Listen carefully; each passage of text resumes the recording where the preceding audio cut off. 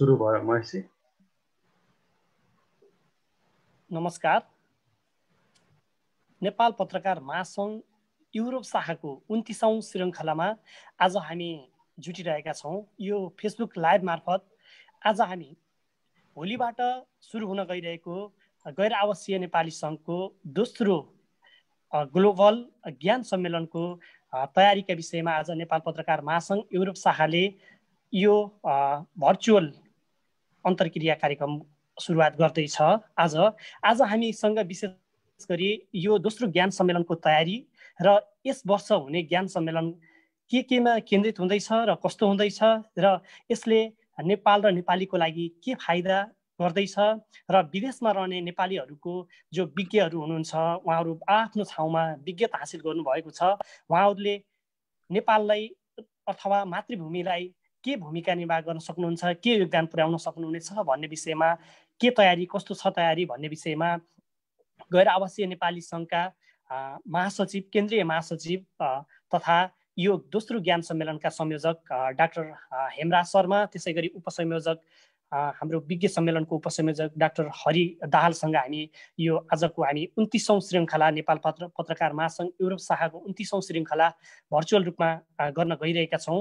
र यो हाम्रो आजको भर्चुअल अन्तर्क्रियामा हाम्रो अध्यक्ष नेपाल पत्रकार महासङ्घ युरोप शाखाका अध्यक्ष केजिन राईलाई उपस्थिति जनाइदिनु हुन र अध्यक्षता यो आजको यो भर्चुअल अन्तर्क्रियाको अध्यक्षता आसन गरिदिनु हुन चेयर गरिदिनु हुन म हार्दिक अनुरोध गर्दछु। धन्यवाद सचिव महेश कुमार खाती सर, नेपाल पत्रकार महासङ्घ युरोप शाखा। र यो कार्यक्रममा आउनुभएका पाल्नुभएका हाम्रा प्रमुख अतिथि डाक्टर हेमराज शर्मा, जो चाहिँ गैर आवासीय नेपाली सङ्घ अन्तर्राष्ट्रिय समन्वय परिषदको महासचिव हुनुहुन्छ। त्यसै गरी डाक्टर हरि दाहाल सर, जो चाहिँ यो एनआरएनए ग्लोबल कन्फरेन्सको चाहिँ सहसंयोजक हुनुहुन्छ।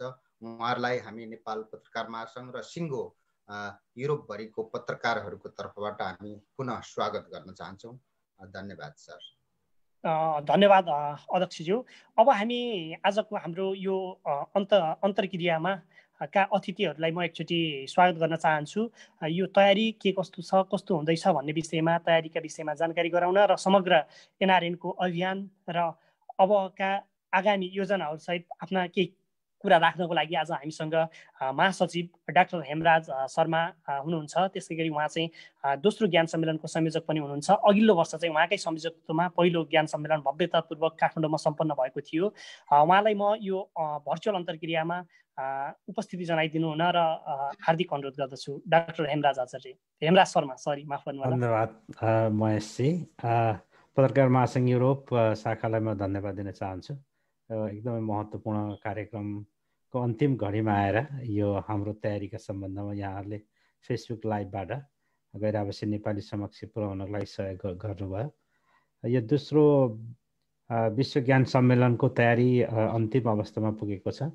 केही कुराहरू यो लास्ट मिनटसम्म हुने सक्ने भइरहने अवस्था बाहेक चाहिँ हामी अरू सबै हिसाबले तयारीमा चाहिँ छौँ। यसको पृष्ठभूमिमा भन्दा हामी 2003मा गैर आवासीय नेपाली सङ्घ स्थापना हुँदाखेरि बाहिर सिकेको ज्ञान, सिप, पुँजी, प्रविधिलाई नेपालमा चाहिँ भित्राउने, नेपालको आर्थिक सामाजिक विकासमा सहयोग गर्ने भन्ने उद्देश्य रहेको थियो। पुँजीको क्षेत्रमा अब नेपाल सरकारले पनि नीतिगत निर्णयहरू गरे, जस्तो गैर आवासीय नेपाली सम्बन्धी ऐन त्यस 2007मा आइसकेपछि, त्यसपछि 9को नियमावली आएपछि लगानीलाई केही सहज चाहिँ वातावरण चाहिँ गर्यो पुँजीको लगानी। तर हामीले बाहिर सिकेको ज्ञान, सिप र प्रविधिलाई कसरी भित्राउने भन्ने विषयमा त्यस्तो नीतिगत निर्णय गरेको स्थिति नभएको र पुँजी जस्तो फेरि त्यसलाई सहज किसिमले मापन गर्ने सजिलो विषय पनि भएर, त्यसरी हामीले यसरी छरिरहेका गैर आवासीय नेपालीको सिकेको ज्ञान, सिपलाई कसरी नेपाललाई सहयोग गर्न सकिन्छ भन्ने त्यसको छलफल गर्न 2018मा हामीले एउटा पहिलो विश्व ज्ञान सम्मेलन आयोजना चाहिँ गरेका थियौँ। त्यो ज्ञान सम्मेलनमा नेपाल सरकार र जुन डायस्पोराका एक्सपर्टहरूलाई हामीले जुन सहयोग गर्नुभयो, त्यसको हौसलाले हामीले चाहिँ दोस्रो विश्व ज्ञान सम्मेलनले तयारी गर्दैछौँ। र खास गरी पहिलोमा हामीलाईबाट के पाठ सिक्दै कमी कमजोरी अब त्यहाँबाट अनुभवबाट सिक्दै दोस्रोलाई भिन्न किसिमले हामीले गर्न गइराखेका छौँ। खास गरी हामीलाई लागेको, हामीले रेकमेन्डेसन त गऱ्यौँ, सुझावहरू नेपाल सरकारलाई श्वेतपत्र बुझायौँ, वास्तवमा बुझाएका चाहिँ सुझावहरू कार्यान्वयन भए कि भएनन् त्यसको संयन्त्र पनि हामीसँग चाहिँ भएन र हामीले गरेर रिकमेन्डेसन अब नेपालको परिप्रेक्ष्यमा त्यो लागू हुन उपयुक्त थिए कि थिएनन् किनभने हामी एकदम विकसित देशमा बस्छौँ नेपालको सौदो नहुन पनि सक्छ। त्यसो भएर यसपालि हामीले सुरुको दिनदेखि नै नेपाल सरकारको विभिन्न निकायहरूसँग एकदम निकटमा रहेर चाहिँ हामी काम गर्दैछौँ। हामी जनवरीमा कोभिड आउनुभन्दा पहिला नेपालमा गएर नेपाल सरकारको विज्ञान मन्त्रालय, नेसनल प्लानिङ कमिसन र जति जति स्टेक होल्डर छन्, काठमाडौँ युनिभर्सिटी, त्रिभुवन युनिभर्सिटी, सबैलाई त्यति बेलादेखि नै हामीले चाहिँ सुरुमै सहकार्य गरौँ ताकि हामीले गरेका सुझावहरू सम्बन्धित निकायहरूमा सिधै पुगोस् र त्यसले कार्यान्वयनको तहमा लान चाहिँ सजिलो होस् भनेर हामीले संयुक्त रूपमा चाहिँ र सहकार्यमा चाहिँ हामीले चाहिँ गर्दैछौँ। र यस कार्यक्रम 3 दिनको हुन्छ, भोलि बाह्रबाटै सुरु हुन्छ हाम्रो। अब यसमा छलफल गर्दै जाँदा विषयवस्तु पछि प्रवेश गरौँ कि? हस्, हुन्छ। धेरै धेरै धन्यवाद महासचिवज्यू। र हामीसँग अहिले अतिथिको रूपमा हुनुहुन्छ, आफ्ना केही कुरा राख्नुहुनेछ। यो दोस्रो विज्ञ ज्ञान सम्मेलनको उपसंयोजक डाक्टर हरिला दाहाल, उहाँलाई पनि म उपस्थिति जनाउन अनुरोध गर्दै हाम्रो साथीहरूले अब प्रश्न सुरुवात गर्नुहुनेछ, संयोजक र सहसंयोजक। र सुरुवातमा हाम्रो राजकुमार थापाजी पोर्चुगल, उहाँले आफ्ना कुराहरू केही प्रश्नहरूबाट सुरुवात गर्नुहुनेछ। अबको क्रममा राजकुमार थापा, त्यसै गरी रविचन्द्र भट्टराई, अध्यक्ष केजिन राई लगायतका साथीहरूले कोही छन्। हामी धेरै पत्रकारहरू छौँ यो आजको हाम्रो भर्चुअल अन्तर्क्रियामा। हामी चाहिँ तयारीकै विषयमा कुराकानी गर्नेछौँ। अहिलेलाई राजकुमार थापाजी। धन्यवाद महेशजी। अघि हाम्रो सबै कुराहरू भइसकेको छ। नेपाल महासङ्घ युरोप शाखाको यो 29औं श्रृङ्खलाको रूपमा आज हामी एउटा अत्यन्तै महत्त्वपूर्ण विशेष कार्यक्रमको सम्मुख घडीमा छौँ। अघि डाक्टर हेमराज शर्माले पनि भनिसक्नुभयो कि भोलिदेखि हुने एनआरएनको दोस्रो विश्व ज्ञान सम्मेलनको यो सम्मुख घडीमा यसको तयारीहरू, यसका कुराहरूका बारेमा अलिकति विस्तृत जानकारी होस् भन्ने हिसाबले हामी अहिले यो विशेष अन्तर्क्रियामा छौँ। यो हाम्रो नेपाल पत्रकार महासङ्घको फेसबुक, युरोपको फेसबुक पेज, अरू थुप्रो हाम्रा युरोपबाट सञ्चालित, नेपालबाट सञ्चालित मिडियाहरूमा पनि अनलाइन लाइभ प्रोग्रामहरू भइरहेछ। म यो ओपनिङ क्वेसन चाहिँ हाम्रो डाक्टर हेमराज शर्माज्यूबाटै सोध्न चाहन्छु। म हाम्रो जो एनआरएनको केन्द्रीय महासचिव, आइसिसीको महासचिव पनि हुनुहुन्छ, उहाँ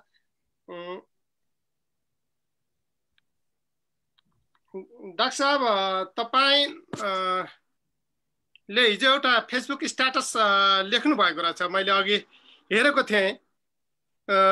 तपाईँले चाहिँ यो त्यसै पनि जुन यो सम्मेलन छ, विज्ञ सम्मेलन,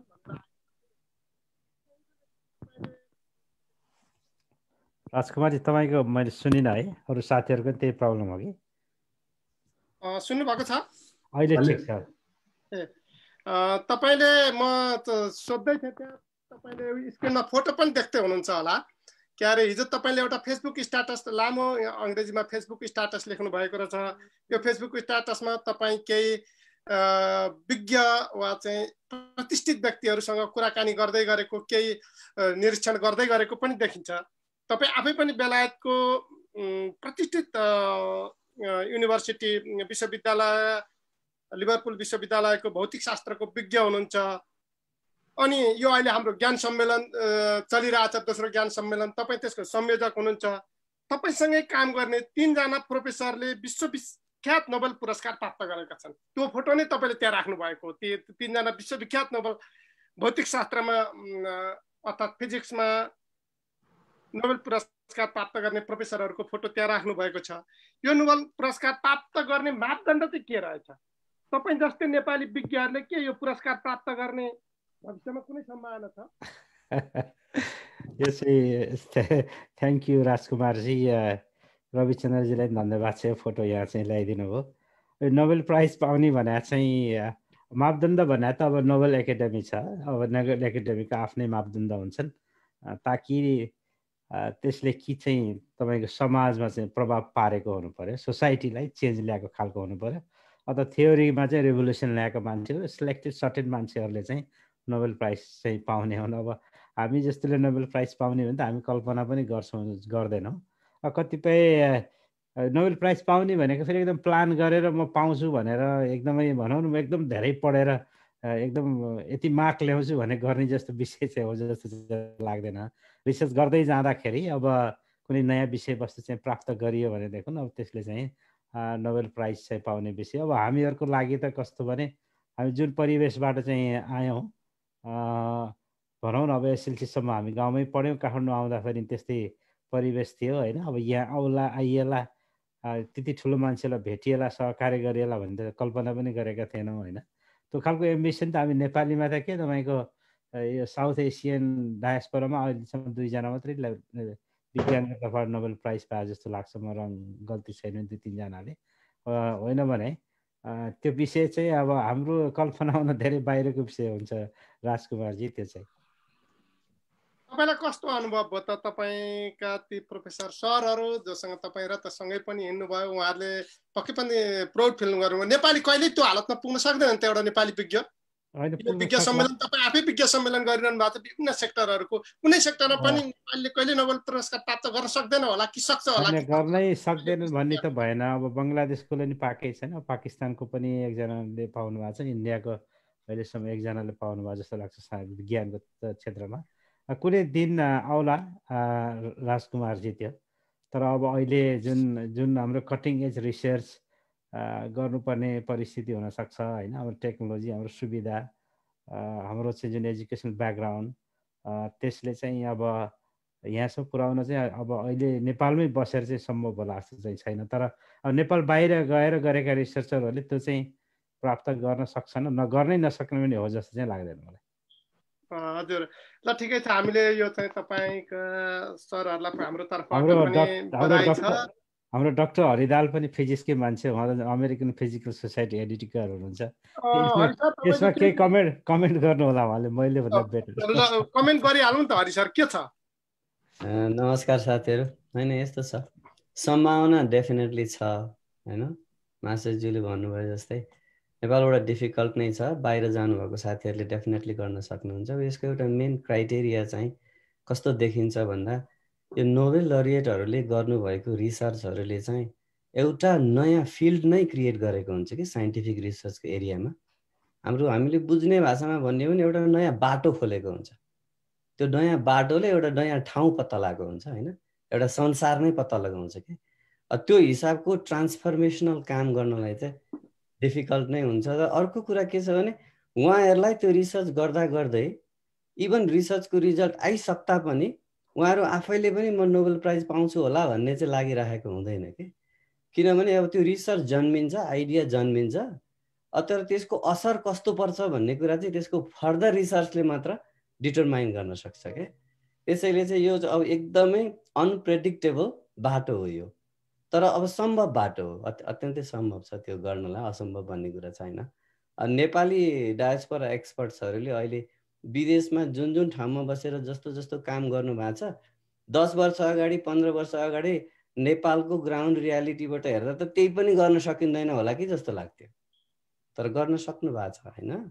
अहिले नै अलमोस्ट हामीले चाहिँ 10-15 वर्ष अगाडि कल्पनै गर्न नसक्ने इन्स्टिट्युसनहरूमा, कल्पनै गर्न नसकेका सब्जेक्टहरूमा उहाँहरूले चाहिँ रिसर्च गरेर कल्पनै गर्न नसक्ने रिजल्ट निकालिरहनु भएको छ भने भोलि यो पनि सम्भव हुन सक्छ।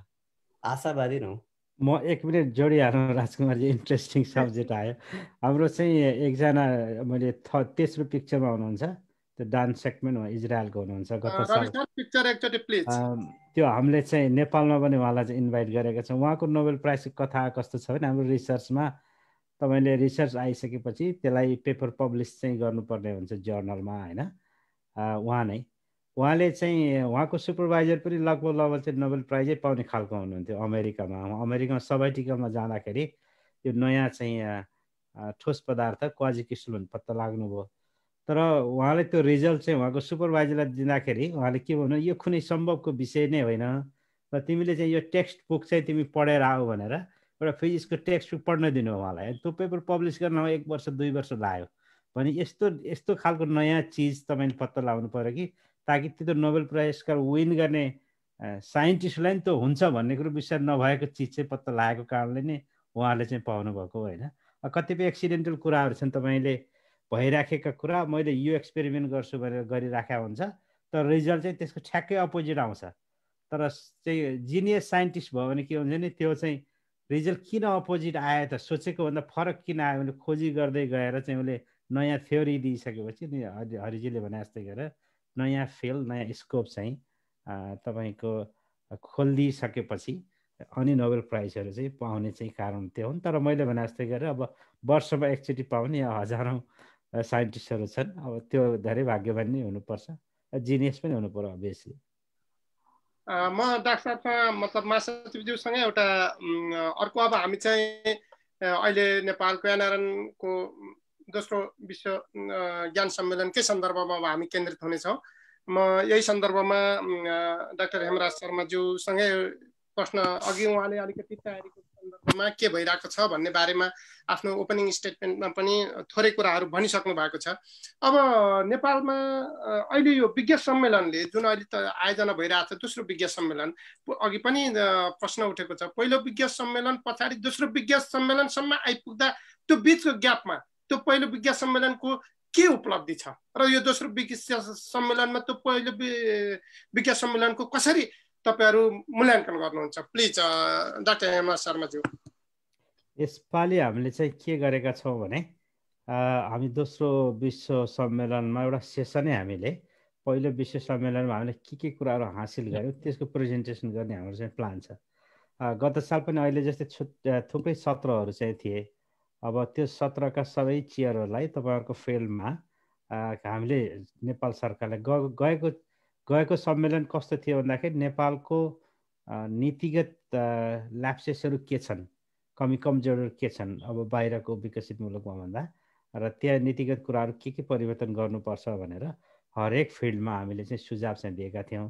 त्यो मध्ये नेपाल सरकारले कुन कुन नीतिहरू परिवर्तन गर्यो त्यसको समरी हामीले चाहिँ यो विश्व सम्मेलनमा दिन्छौँ। त्यसको लागि चाहिँ हामी ड्राफ्ट चाहिँ तयार हुँदैछ।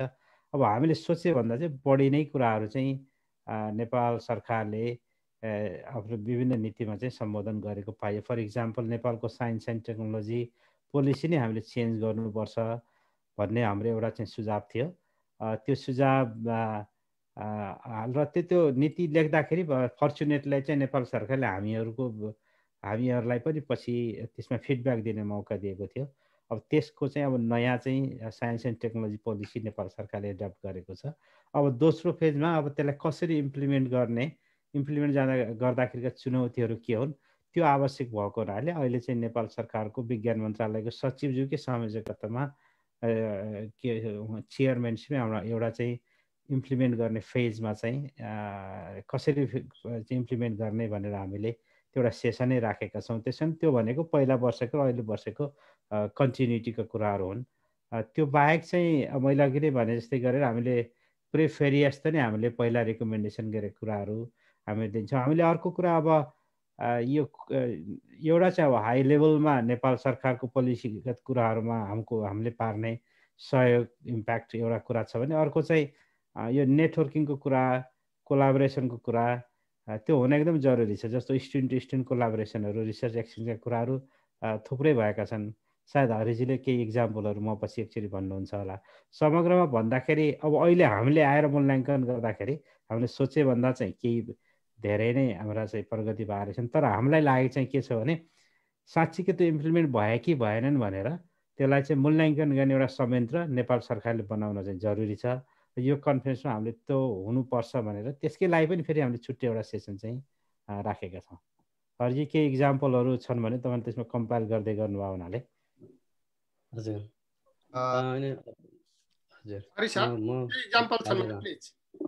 हजुर अब यो कस्तो छ भनेदेखि चाहिँ ग्लोबल नलेज कन्भेन्सनको डिरेक्ट इम्प्याक्ट भन्दा पनि डिरेक्ट इन्डिरेक्ट इम्प्याक्टको रूपमा चाहिँ हामीहरूसँग कङ्क्रिट एक्जाम्पलहरू छन्। जस्तो फर इक्जाम्पल हामीले फर्स्ट ग्लोबल नलेज कन्भेन्सनमा अर्गनाइज गरेको एउटा प्लेनरी सेसनको कोअर्डिनेटर जो हुनुहुन्थ्यो डाक्टर दिनेश भुजू सर, उहाँको संयोजकत्वमा नेपाल सरकारले चाहिँ तत्कालीन समयसम्मको नेपालको साइन्स एन्ड टेक्नोलोजी पोलिसीलाई चाहिँ रिभ्यू गर्नुपर्छ भन्ने चाहिँ नेपाल सरकारले त्यो अवधारणा बनाएको र उहाँकै संयोजकत्वमा चाहिँ एउटा रिभ्यू कमिटी बनाएको थियो होइन। उहाँले हामीहरूलाई दिनुभएको जानकारी अनुसार ग्लोबल नलेज कन्भेन्सनमा डिस्कसन दिएका इनपुटहरू पनि त्यो निर्णयसम्म पुग्नको लागि चाहिँ सहयोगी बनेका थिए। त्यस्तै नेपाल सरकारको परराष्ट्र मन्त्रालय अन्तर्गत ब्रेन गेन सेन्टर अहिले चाहिँ स्थापना गरिएको छ। यो डायस्पोरामा भएको स्किल ब्याङ्क, स्किल इन्भेन्टोरी चाहिँ कस्तो छ भनेर चाहिँ त्यो प्रोजेक्टले एसेस गर्छ, त्यहाँ चाहिँ रेकर्ड पनि गरिन्छ। त्यसमा पनि ग्लोबल नलेज कन्भेन्सनको केही न केही इनपुट गएको भन्ने हाम्रो बुझाइ छ। त्यस्तै ग्लोबल नलेज कन्भेन्सन सकिसकेपछि डायस्पोरा एक्सपर्ट्सहरूले नास्टसँग, Nepal academy of science and टेक्नोलोजीसँगको कोलाबोरेसनलाई अझै फर्दर गरेको छ, त्यसको स्कोपलाई अझै बढाएको छ। त्यस्तै स्टुडेन्ट एक्सचेन्ज प्रोग्रामहरू भएका छन्। मास्टरज्यूले आफैले पनि एउटा प्रोजेक्ट त्यसमा सञ्चालन गर्नुभएको छ। त्यस्तै डायस्पोरा साइन्टिस्टहरू र नेपालको स्टुडेन्टहरू बिचमा चाहिँ अहिले कोलाबोरेटिभ रिसर्च पनि सञ्चालन भएको छ। त्यो पनि एउटा कङ्क्रिट इक्जाम्पल हो। त्यस्तै अन्य धेरै इक्जाम्पलहरू छन्। त त्यसमा म अलिकति यसलाई ब्रड बनाएर यहाँहरूसँग 2 मिनट अरू टाइम लिन चाहेँ। कस्तो भने ग्लोबल नलेज कन्भेन्सन भइसकेपछि इम्प्लिमेन्टेसनमा गयो कि गएन भन्न त्यो पनि एउटा चाहिँ अब भ्यालिड विषय हो। त्यो विषयको पछाडि हामी जानुपर्छ। तर त्योभन्दा अर्को ठुलो एउटा विषय पनि के छ भने ग्लोबल नलेज कन्भेन्सनले के देखायो त भन्दा एनआरएनले अहिलेसम्म गर्दै गरेको मुभमेन्टको एउटा डिमेन्सन फराकिलो बनाएर लिएर गयो। यो डिरेक्सनमा पनि हामीले सशक्त काम गर्न सक्दो रहेछौँ भन्ने एनआरएनको मुभमेन्टको त्यो चाहिँ एक्सपान्सन त्यहाँनिर देखिन्छ भने नेपाल सरकारले पनि अभियसली एनआरएनलाई चाहिँ परराष्ट्र मन्त्रालय अन्तर्गत दर्ता गरेर एउटा रेकग्नाइज गरेको यो अर्गनाइजेसन हो। त्यसले गर्दै गरेको काममा अरू थप काम हामी गर्छौँ भनिसकेपछि नेपाल सरकारले पनि हौसला दिएको छ। अत्यन्तै ठुलो पार्टिसिपेसन भएको छ यसमा, होइन? त्यो पनि एउटा अर्को नयाँ पक्ष हो।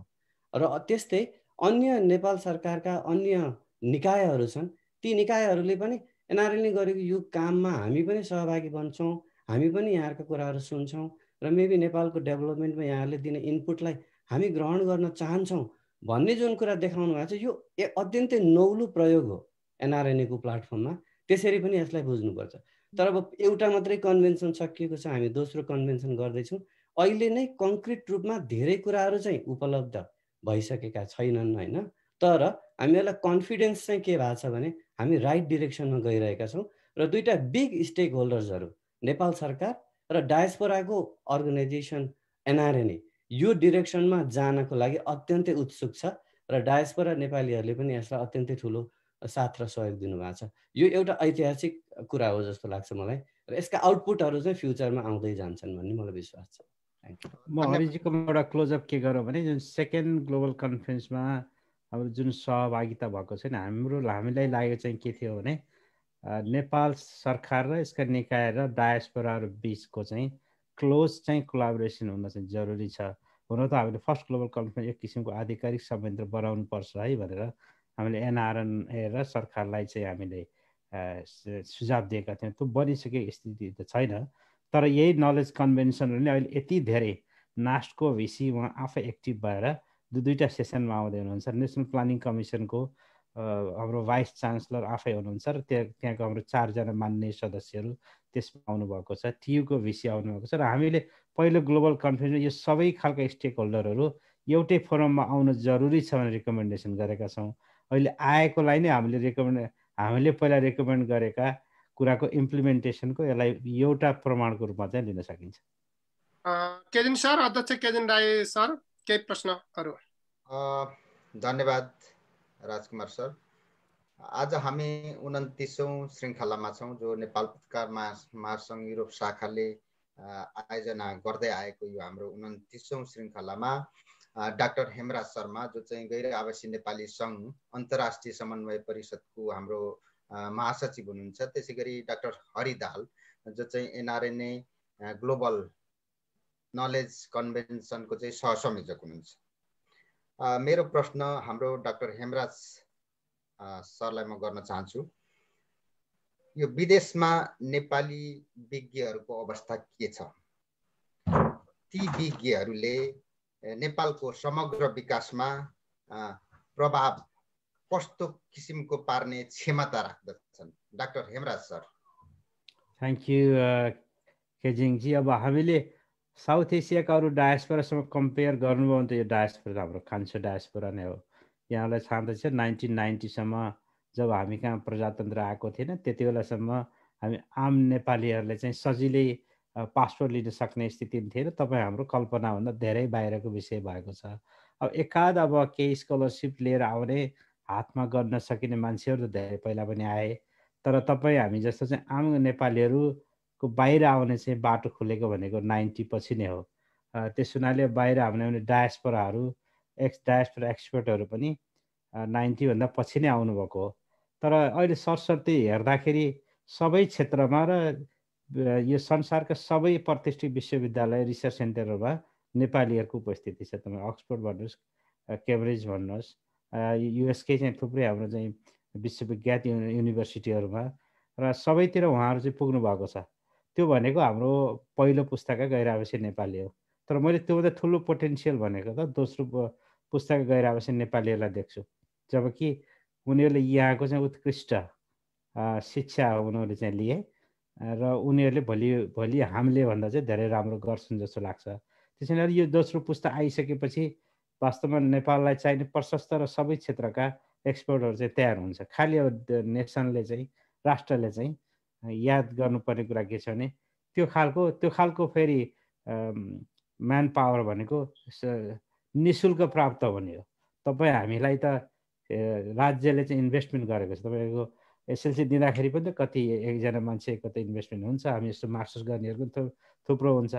त्यो राज्यले इन्भेस्ट गरेको हामीहरूको कुरा छोडे सेकेन्ड जेनेरेसन भनेको त फ्री अफ कस्ट। जसरी अमेरिका विकसित राष्ट्रले हामी एकदम प्रिपेयर्ड भएका मेन पावरलाई टिपेर लिएर आउँछन्, अब नेपाल सरकारले ठ्याक्कै रिभर्स डिरेक्सनमा जान एकदम जरुरी छ। त्यो गर्ने क्षमता पनि राख्छन् र हामीले कहाँ छौँ कति छौँ भन्ने चाहिँ साँच्चीकै अब डेटाबेस सङ्ख्याको हिसाबमा त हामीलाई भन्न चाहिँ गाह्रो छ। किनभने गएको कन्फरेन्स र अहिलेको कन्फरेन्समा पनि हाम्रो एउटा उद्देश्य चाहिँ के छ भने पहिचान गर्ने, कुन कुन क्षेत्रमा कति विज्ञ हुनुहुन्छ पहिचान गर्ने हामी क्रममै छौँ। अहिले हामीसँग चाहिँ 19वटा सेसन छन्, त्यसका करिब 17वटा छुट्टा विषयहरू छन् र त्यो कमिटीमा पेपर दिने छुट्टा हेर्नु भने त्यही पनि एउटा सानो क्लस्टर अहिले पनि 15-20 जनाको त कमिटी नै छ। पेपर दिने त पेपरलाई तयारी गर्न पर्छ कि रिसर्च गर्नु पर्यो, ती जोड्नुभयो भने त करिब यो संयन्त्रमा हामीसँग सङ्ख्यै काउन्ट गर्नुभयो भने पनि विभिन्न क्षेत्रमा भएका क्षेत्रीय सम्मेलन र ग्लोबल कन्फरेन्समै सहभागिताको हिसाबले प्रत्यक्ष सहभागिताको कुरा गरिरहेको छौँ। हेऱ्यो भने करिब 1000-1500 जना त हामी अहिले नै एकदम सक्रिय भएर 5-6 महिनादेखि लागेका छौँ। यो भनेको त फेरि सानो सङ्ख्या हो, हामीले देखेको एकदमै सानो सङ्ख्या हो। अब यस्ता खालका फोरमहरू अझ 2 वर्ष भने धेरै टाढा जस्तो लाग्छ। जस्तो 2 वर्षमा हामी जान्छौँ, अब 2 वर्ष बिचमा हाम्रो खासै धेरै एक्टिभिटी पनि हुँदैन। यस्ता खालको एक्टिभिटी नेपाल सरकारकोले चाहिँ फोरम एनआरएनले चाहिँ यस्तै फोरमहरू र एउटा किसिमको वास्तवमा संयन्त्र नै तयार गर्न सक्ने हो भनेदेखि हामीसँग नेपाललाई चाहिने जनशक्ति थुप्रै बाहिर चाहिँ उत्पादन भइसकेको जस्तो लाग्छ। केजिङ डाक्टर साहबलाई म अर्को प्रश्न गर्न चाहन्छु। तपाईँ जस्तो अब एनआरएनको केन्द्रीय महासचिव हुनुहुन्छ,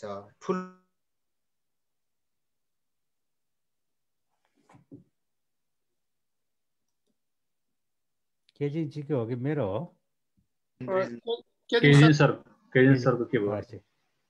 साउन्ड आएन? आयो, अब आयो, फेरि गयो। तपाईँ गैर आवासीय नेपाली सङ्घको केन्द्रीय महासचिव पनि हुनुहुन्छ, ठुलो जिम्मेवारीमा हुनुहुन्छ र यो विज्ञ सम्मेलन हरेक साल हुन्छ। भर्खरै केही दिन अगाडि जस्तो युरोपियन रिजनल मिटिङसँगै पनि एउटा चाहिँ अब विज्ञ सम्मेलन सम्पन्न भइसकेको छ। यो विज्ञहरू छनौट हुन्छ र यसको छनौट गर्ने मापदण्ड र आधार चाहिँ के त डाक्टर साहब? तपाईँ एउटा जिम्मेवार व्यक्तिको नाताले मैले प्रश्न गर्न चाहेँ डाक्टर साहब।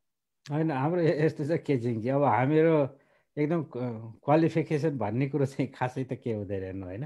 अब हामीले खुला रूपमा आह्वान गर्छौँ। जस्तो कृषितिर अब कुनै अब हामीले एउटा चाहिँ सिम्पोजियम गर्नु पऱ्यो भनेदेखि चाहिँ अब हाम्रो नेटवर्कभित्रै भएका साथीहरू पनि हेर्छौँ र बाहिर पनि अब अहिले त गाह्रो छैन। तपाईँको अहिले गुगल स्कुलबाट गएर खोज्नुभयो भनेदेखि कति पब्लिकेसन गर्यो उसको हाम्रो तपाईँको एउटा साइटेसन म्याप भन्ने हुन्छ। तपाईँको जति तपाईँको फेमस साइन्टिस्ट हो त्यसको त्यति नै पेपर चाहिँ तपाईँको काउन्ट गरेर नम्बर दिने भन्ने हुन्छ। त्यो नम्बर तपाईँले हेर्नुभयो भने त्यो पब्लिकमा यो मान्छे कुन लेभलको रिसर्च र विज्ञता हासिल गरेको छ भन्ने कुराहरू चाहिँ थाहा नै भइहाल्छ। अब हामीहरूले कहिले अब इन्भाइटेड स्पिकर कसैले बोलाउनु पऱ्यो भने हामीले कसैले सोध्न जरुरी छैन। हाम्रो चाहिँ मापन गर्ने चाहिँ आफ्नै मापदण्ड छ। तर हामीले अहिले कुरा गरेको त्यो खालको विज्ञताको कुरा गरेकै छैनौँ केजिनजी। यहाँ त हामीले बाहिर सिकेको सानो सिप पनि नेपाललाई सदुपयोग गर्न सक्छ।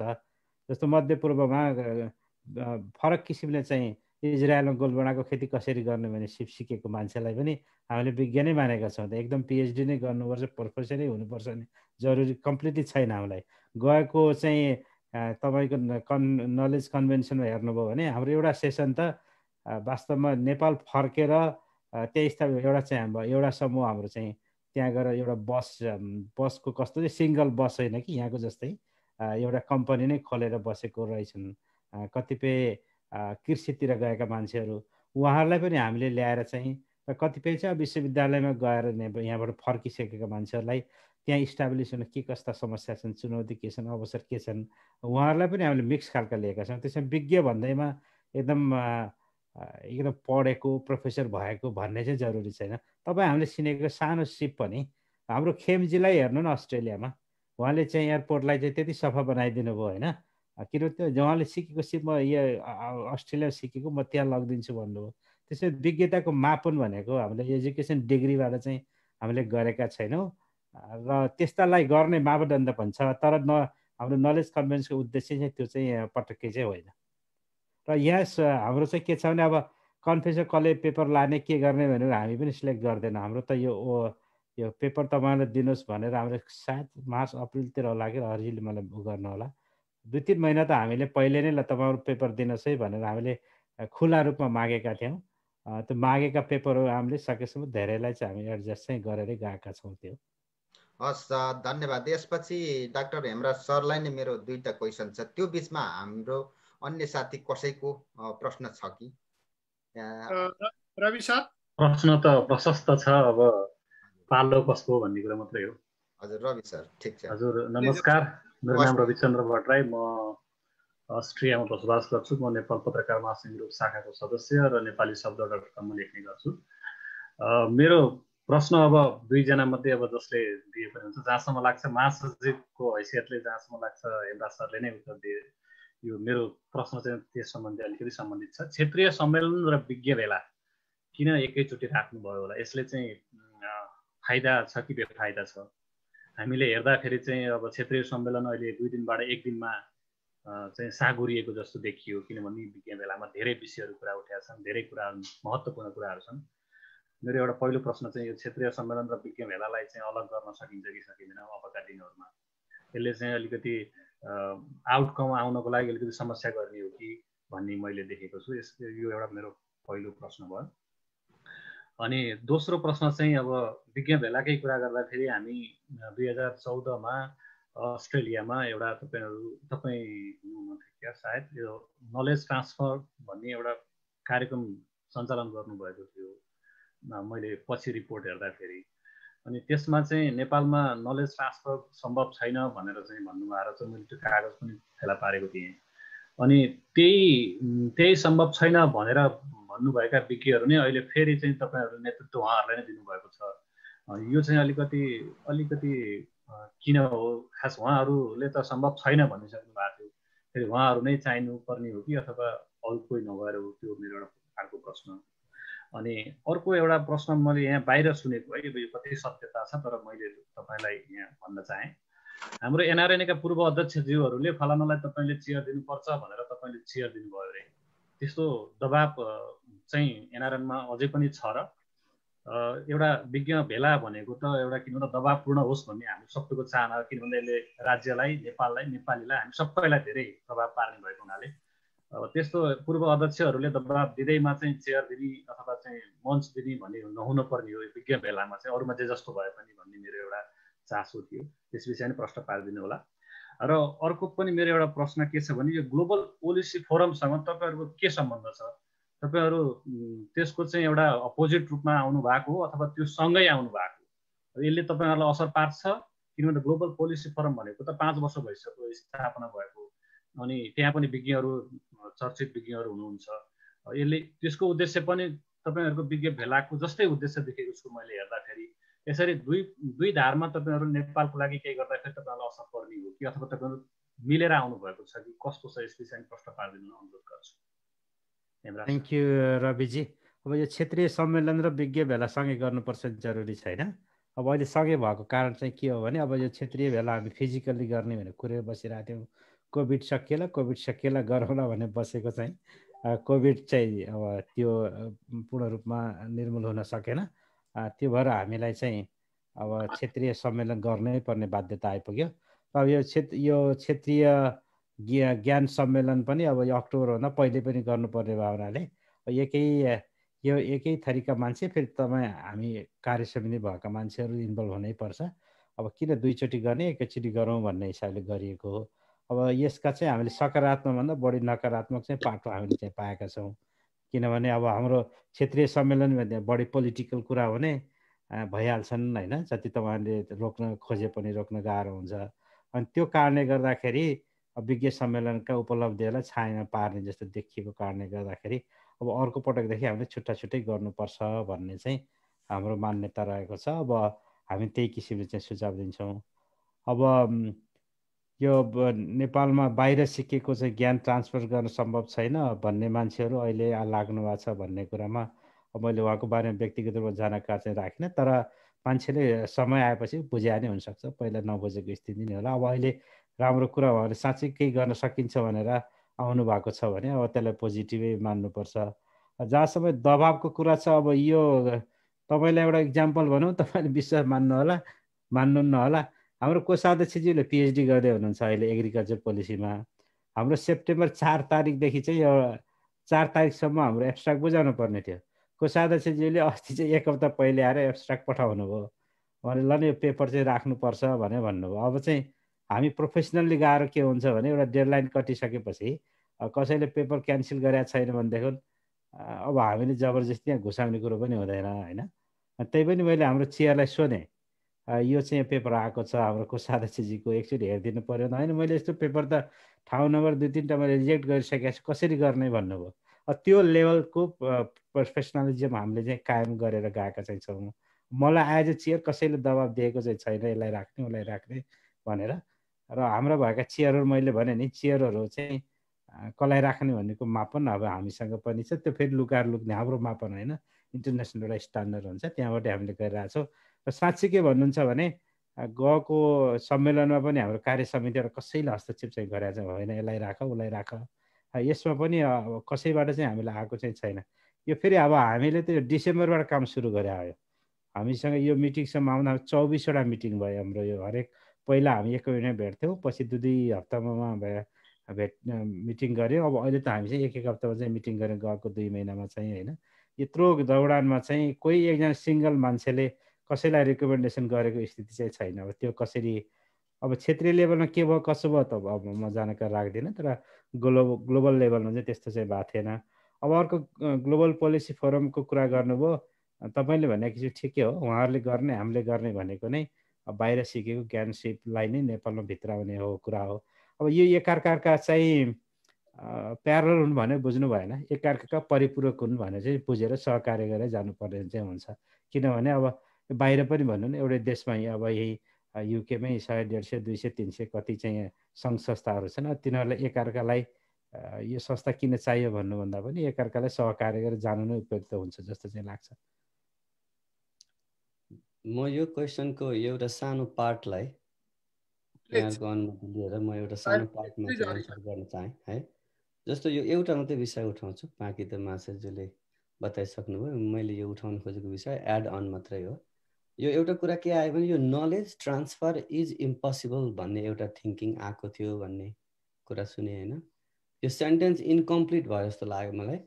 यो knowledge transfer is impossible to stop, impossible to stop, knowledge transfer is impossible to stop.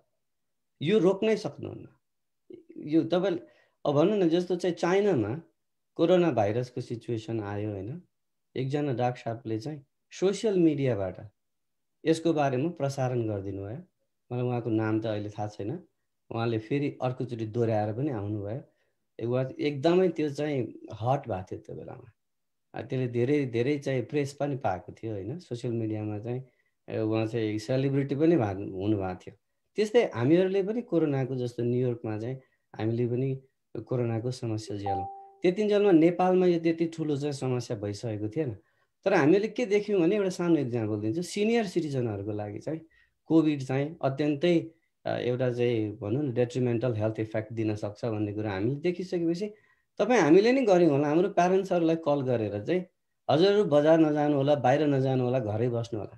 त्यो नलेज होइन, it is already transferred, you cannot stop it. होइन, मैले त हामीले भनेको कुरा गरेँ होइन, त्यतिखेर चाहिँ सेसले नै अध्यक्ष हुनुहुन्थ्यो, उहाँकै बैठकले यो सम्भव छैन भनेर घोषणा गरेको हो। अनि जसले भन्नुभएको भए पनि जस्ट मेरो एउटा पर्सनल भ्यू मैले के दिएँ भने नलेज ट्रान्सफर आजको टेक्नोलोजीको युगमा knowledge transfer is impossible to stop. Border cross भइ नै हाल्छ, सकिँदैन। तर गर्न हामीले के मात्रै खोजेको हो भने छिटफुट तरिकाबाट हुन्छन् होइन, स्क्याटर्ड वेमा हुन्छन् है। त्यसलाई एक ठाउँमा लिएर आएर गरियो भनेदेखि चाहिँ गर्न चाहने साथीहरूको पनि शक्ति बढ्छ, लिन चाहने ग्रुप हुन्छ त्यहाँ पनि बढी इफेक्टिभ भएर जान्छ। अझ इन्स्टिट्युसनल लेभलमा गर्न सकियो भनेदेखि त यसको प्रभाव के हुन्छ, अत्यन्तै ठुलो हुन्छ। त्यही मात्र हो हामीले गर्न खोजेको अहिले होइन। अर्को एउटा पाटो के छ भने रविचन्द्रजी, त्यसमा चाहिँ अब तपाईँले नलेज ट्रान्सफर गर्ने मात्रै भन्यो त ग्रहण गर्ने मान्छेहरू पनि खुसीले आउनु पर्यो। अहिलेको स्थिति चाहिँ के छ भने यो नेपालमा तपाईँ नलेज ट्रान्सफर भन्नै हुँदैन, थियो नलेज सेयरिङ भन्ने गरेका छौँ हामीहरूले पनि। किनभने किसिमको साथीहरूलाई के छ भने बाहिर सिकेको मात्रै चाहिँ ज्ञान यता किन ट्रान्सफर गर्ने, हामी चाहिँ के जानेका छैनौँ, बुझेका छैनौँ भन्ने खालको त्यो आउँछ। तर कतिपय हुँदो रहेछ भने जस्तो भनौँ न, त्यो पेटमा चाहिँ जुका पर्ने भने अब नेपालमा मात्रै रहेछ कि बाहिर चाहिँ छैन रहेछ। यहाँको डक्टरलाई तपाईँ देखाउन जानुभयो भने त्यो जुकाको औषध तपाईँले कहिले दिन्छ जस्तो चाहिँ लाग्दैन, तर नेपाली डक्टरले दिन्छ नि। एज एन इक्जाम्पल त्यसै नै नलेज चाहिँ फ्लो चाहिँ दुवैतिरबाट चाहिँ हुनुपर्छ। त्यसो भने नलेज हामीले ट्रान्सफर भन्दा पनि नलेज सेयरिङ भन्दा चाहिँ अझ बढी उपयुक्त हुन्छ जस्तो लाग्छ मलाई चाहिँ। अनि हाम्रो डाक्टर हरि दाहाल सरलाई फेरि मेरो एउटा क्वेसन के छ भने अघिल्लो पटक तपाईँहरूको क्षेत्रीय जुन एउटा सम्मेलन भयो अमेरिकामा, त्यो चाहिँ एकदमै अहिलेसम्मको क्षेत्रीय भेलाको सबैभन्दा बृहत उपलब्धि भनेर मैले सुनेको थिएँ। तपाईँहरूले त्यो भेलाको चाहिँ जुन डिक्लेरेसन भनौँ कि आउटकम भनौँ त्यसलाई चाहिँ व्यवस्थित गर्न सक्नु भएन अरे भन्ने छ नि त। यो तपाईँले 2020 को कुरा गर्नुभयो? 2018 को कुरा गरेको मैले। ओके, 2018। अब के छ भनेदेखि त्यो सम्मेलन म सहभागी चाहिँ भएको हुँ होइन, म आफै त्यो म्यानेजमेन्टमा चाहिँ थिइनँ। तर पनि मैले जानेको कुरा चाहिँ बताउँ, आधिकारिक कुरा चाहिँ अब त्यो कमिटीमा सर्भ गर्नुहुने संयोजकजीहरू अरू कमिटी मेम्बरहरू उहाँहरूलाई नै सोध्नुपर्ने हुन्छ होइन। तर हामीले के चाहिँ गरेको थियौँ भने global knowledge convention, first global knowledge convention गर्दाखेरि म चाहिँ मेम्बर सेक्रेटरी थिएँ। त्यसको हामीले प्रोग्राम एब्स्ट्राक्ट बुकलेट बनाउँदाखेरि चाहिँ रिजनल लेभलमा गरिएको कन्फरेन्सको रिपोर्टलाई कम्तीमा हामीले डकुमेन्ट चाहिँ गरेका थियौँ र त्यसमा आएका रिकमेन्डेसनहरूलाई पनि हामीले मध्यनजर गर्दै पहिलो विश्व सम्मेलन फर्स्ट एनआरएन ग्लोबल नलेज कन्भेन्सनमा हामीले जुन रेकमेन्डेसन तयार गरेका थियौँ त्यो रेकमेन्डेसनमा भनौँ न ओभरल्यापिङ आइडियाहरू, महत्त्वपूर्ण आइडियाहरूलाई हामीले लिफ्ट गरेर नेपाल सरकारलाई रेकमेन्डेसन बुझाउँदाखेरि त्यहाँ पनि हामीले इन्टिग्रेट गरेका थियौँ। तर त्यसको अलावा म एउटा कार्यक्रममा म आफै सहभागी थिएँ। प्रधानमन्त्रीज्यू, सम्माननीय प्रधानमन्त्रीज्यूको न्युयोर्क भ्रमण भएको बेलामा नेपाल सरकारको यहाँ अफिस छ होइन, दूतावास छ, वाणिज्य दूतको कार्यालय छ, त्यहाँ चाहिँ रिजनल कन्फरेन्सको कोअर्डिनेटरज्यूले आफैले उहाँले बनाउनु भएको जुन रिपोर्ट छ प्रधानमन्त्रीज्यूलाई हस्तान्तरण गरेको म स्वयंले नै विटनेस गरे हो। त्यसैले मैले थाहा पाएसम्म चाहिँ त्यो स्टेटमेन्ट चाहिँ करेक्ट होइन जस्तो मलाई लाग्छ। हजुर, अब मेरो अन्तिम प्रश्न छ महासचिवज्यूलाई। अघि तपाईँले एउटा सेसनको कुरा पनि गर्नुभयो, अघिल्लो पटक 2018मा भएका विज्ञ भेलाको विषयमा तपाईँहरूले त्यसलाई चाहिँ फेरि के भयो कसो भयो यसलाई चाहिँ चेकिङ गर्नुहुन्छ, यसलाई फेरि रिमाइन्ड गर्नुहुन्छ भन्ने कुरो सुने। तपाईँहरूले नेपाल सरकारलाई दबाब दिन अथवा नेपाल सरकारलाई किन यस्तो गरिनुहोस् अथवा किन यस्तो गर्न सकिनुहोस् भन्न सक्ने यो विज्ञ भेलाले हैसियत राख्छ कि राख्दैन भन्नाले कतिको तपाईँहरूसँग कतिको चाहिँ शक्ति हुन्छ त्यसको लागि चाहिँ नेपाल सरकारलाई क्वेसन गर्न सक्ने तपाईँहरूको चाहिँ क्षमता हुन्छ कि हुँदैन? होइन, हामी विज्ञहरूलाई त क्वेसन गर्न गाह्रो चाहिँ छैन होइन। अब हामीलाई किनभने यता हाम्रो म फेरि अर्को यता महासचिवको पाटोले भन्यो भने फेरि अर्कै छ हेर्नुहोस्, किनभने अब यता चाहिँ भएपछि भोलिको चुनाव लड्नु पर्ला, सरकारसँग सम्बन्ध, पार्टीसँग सम्बन्ध सबै लेखाजोखा हुन्छ। अब विज्ञहरूलाई त त्यस्तो कुनै लेखाजोखा चाहिँ न डर तपाईँको, न त्रास, न लोभ केही हुन्छ जस्तो चाहिँ लाग्दैन होइन। त्यसमा चाहिँ भन्न नसक्ने भन्ने जस्तो। तपाईँ त अब त्यसको संयोजक हुनुभयो, नेतृत्व तपाईँले गर्नुहुन्छ, तपाईँको होइन हामी पनि भन्छौँ, मलाई त त्यस्तो हिसाब किताब पनि छैन, हामीले देखेको ठाउँमा त भन्छौँ नै। तर अब यस्ता कुराहरू कस्तो हुन्छ भन्नुलाई भने अब यो भन्नु, फेसबुकमा लेख्नु, बाहिर यो भएर ऊ भएन भन्नु, बाहिर चाहिँ माइलेज लिनु भने चाहिँ नितान्त फरक कुरो हो। र सम्बन्धित ठाउँमा गएर त्यो कुरो पुर्याउने भने चाहिँ फेरि फरक कुरा हो त्यो होइन। अब सायद विज्ञहरूले बाहिर आएर यो भएन ऊ भएन मागेका थियौँ, यो नागरिककै विषयमा हुन्छ नि, हामीले यो मागेको यो पाइएन भनेर बाहिर लेख्ने चलन हुन्छ, विज्ञ त्यसरी आउँछ जस्तो लाग्दैन। तर सम्बन्धित ठाउँमा, सम्बन्धित निकायमा यो हुनुपर्ने, यो चाहिँ भएको छैन भन्ने कुरो त उहाँहरूले पुर्याउनुहुन्छ, पुर्याउनलाई त्यस्तो सङ्कोच राख्नुहुन्छ जस्तो चाहिँ मलाई चाहिँ लाग्दैन। तर मैले अघि नै भने गर्नु होला, हामी पछाडिबाट फलोअप गर्छौँ। राजकुमार सर, हस्, थ्याङ्क यू। यसपछि हाम्रो महेश कुमार खाती सर जो डेनमार्कबाट हुनुहुन्छ। हजुर, धन्यवाद केदिन सर। म फेरि एकछिन नमस्कार, अगाडि पनि मैले सुरुवात गरेको थिएँ। मेरो प्रश्न चाहिँ महासचिव तथा यो विज्ञ सम्मेलनका संयोजक हेमला सरलाई। यो अलि लामो छ, दुईवटा छ मेरो प्रश्न, अलि लामो होला, कृपया माफी चाहन्छु सुरुमै।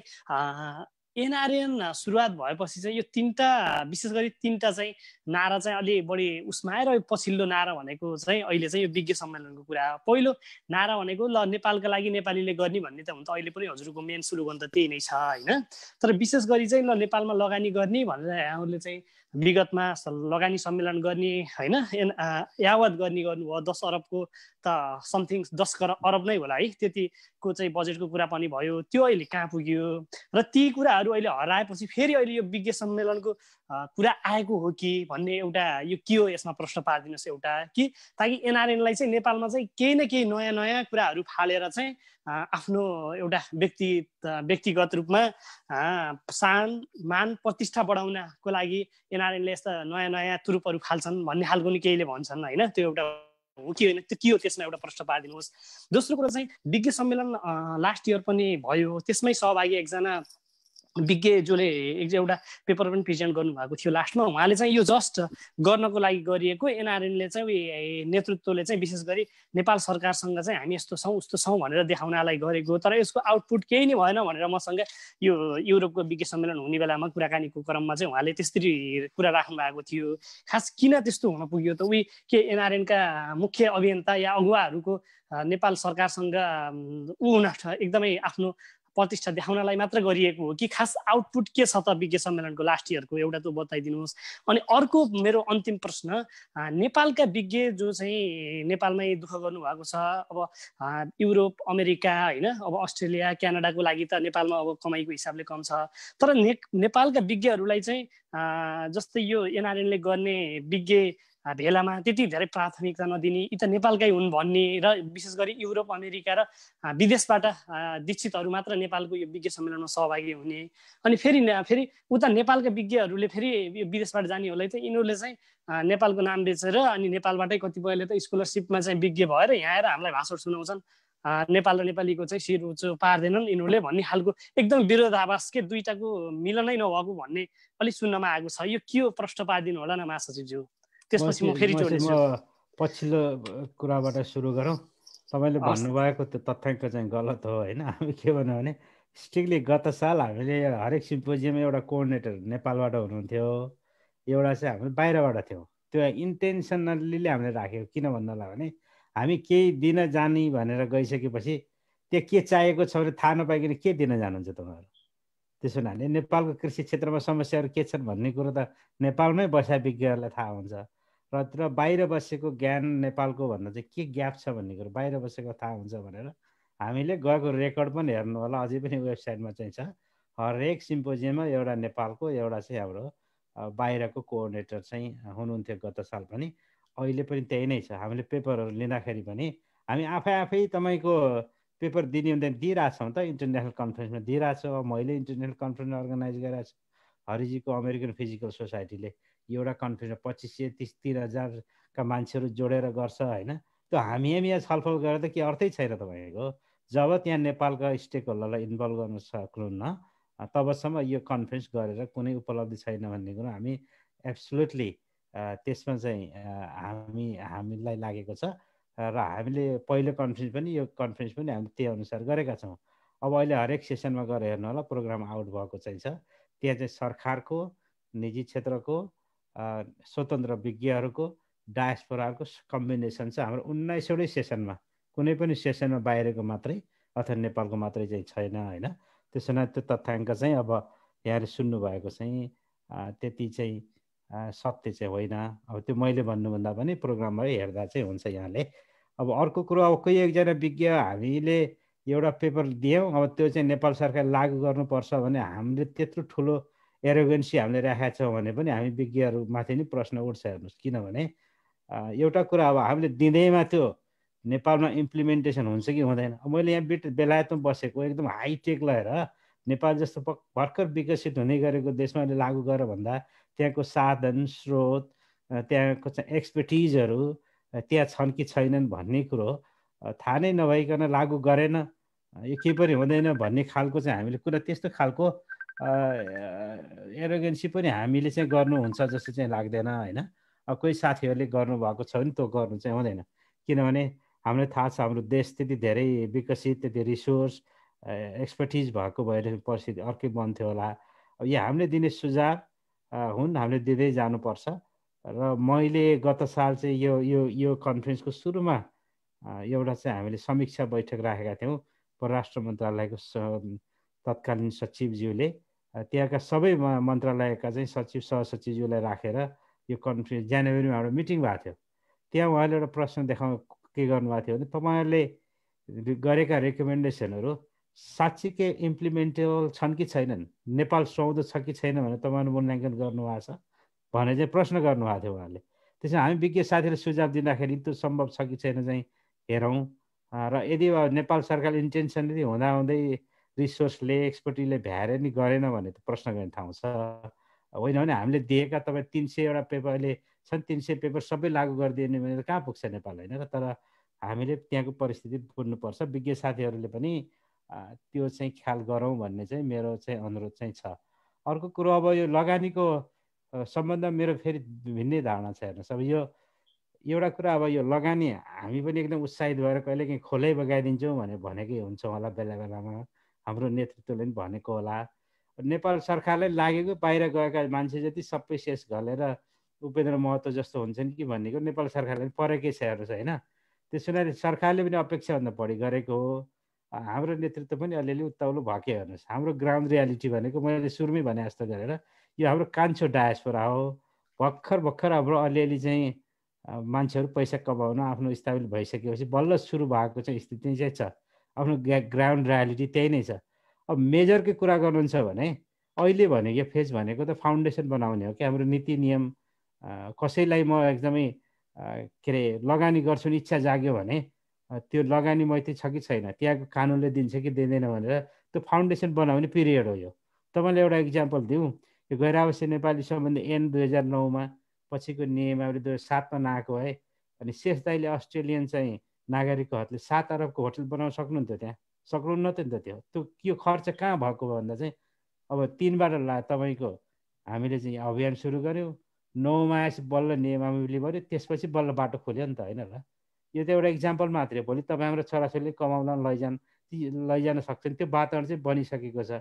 त्यसो भने हामीले एकदमै त्यो एकदम अहिले मेजरै गरेर गर्न सक्नेमा हामी पुगेकै छैनौँ। त्यसमा धेरै अपेक्षा गर्नुपर्छ जस्तो चाहिँ मलाई लाग्दैन। बरु हामीले गर्ने भनेको त हाम्रो विदेशमा भएका लिङ्केजहरू थुप्रै छ। अब हाम्रो एकाडेमिक लिङ्केज भयो हामीतिर, अब थुप्रै विदेशी साथीहरू पनि जानुभएको छ होइन। अनि अब त्यस्तै गरेर अब शेषदाईहरू जस्तो जीवाजीहरू जस्तो उपेनजीहरूसँग त यहाँको टाइकुनसँग चाहिँ रिलेसन होला, उहाँबाट लिएर जानु पर्यो। रसियाबाट रसियनहरूको फोरेन तपाईँ इन्भेस्टमेन्ट लिएर जानु पर्यो, अस्ट्रेलियाबाट लिएर जानु पर्यो। त्यो खालको च्यानलहरू प्रयोग गर्नुपर्छ। अब एकदम नेपालीहरूले पकेटमै त्यत्रो ठुलो पैसा छ जस्तो चाहिँ मलाई लाग्दैन। यो डायस्पोरा अलिक पस्परस भइसकेपछि सेकेन्ड जेनेरेसन सुरु भएपछि सायद अब 10-15 वर्षमा बल्ल राष्ट्रले अपेक्षा गरे अनुसार हुन्छ जस्तो लाग्छ। त्यसो गरिरहेपछि नेपाली सङ्घले भन्न लजाउनु पर्छ जस्तो चाहिँ मलाई लाग्दैन है।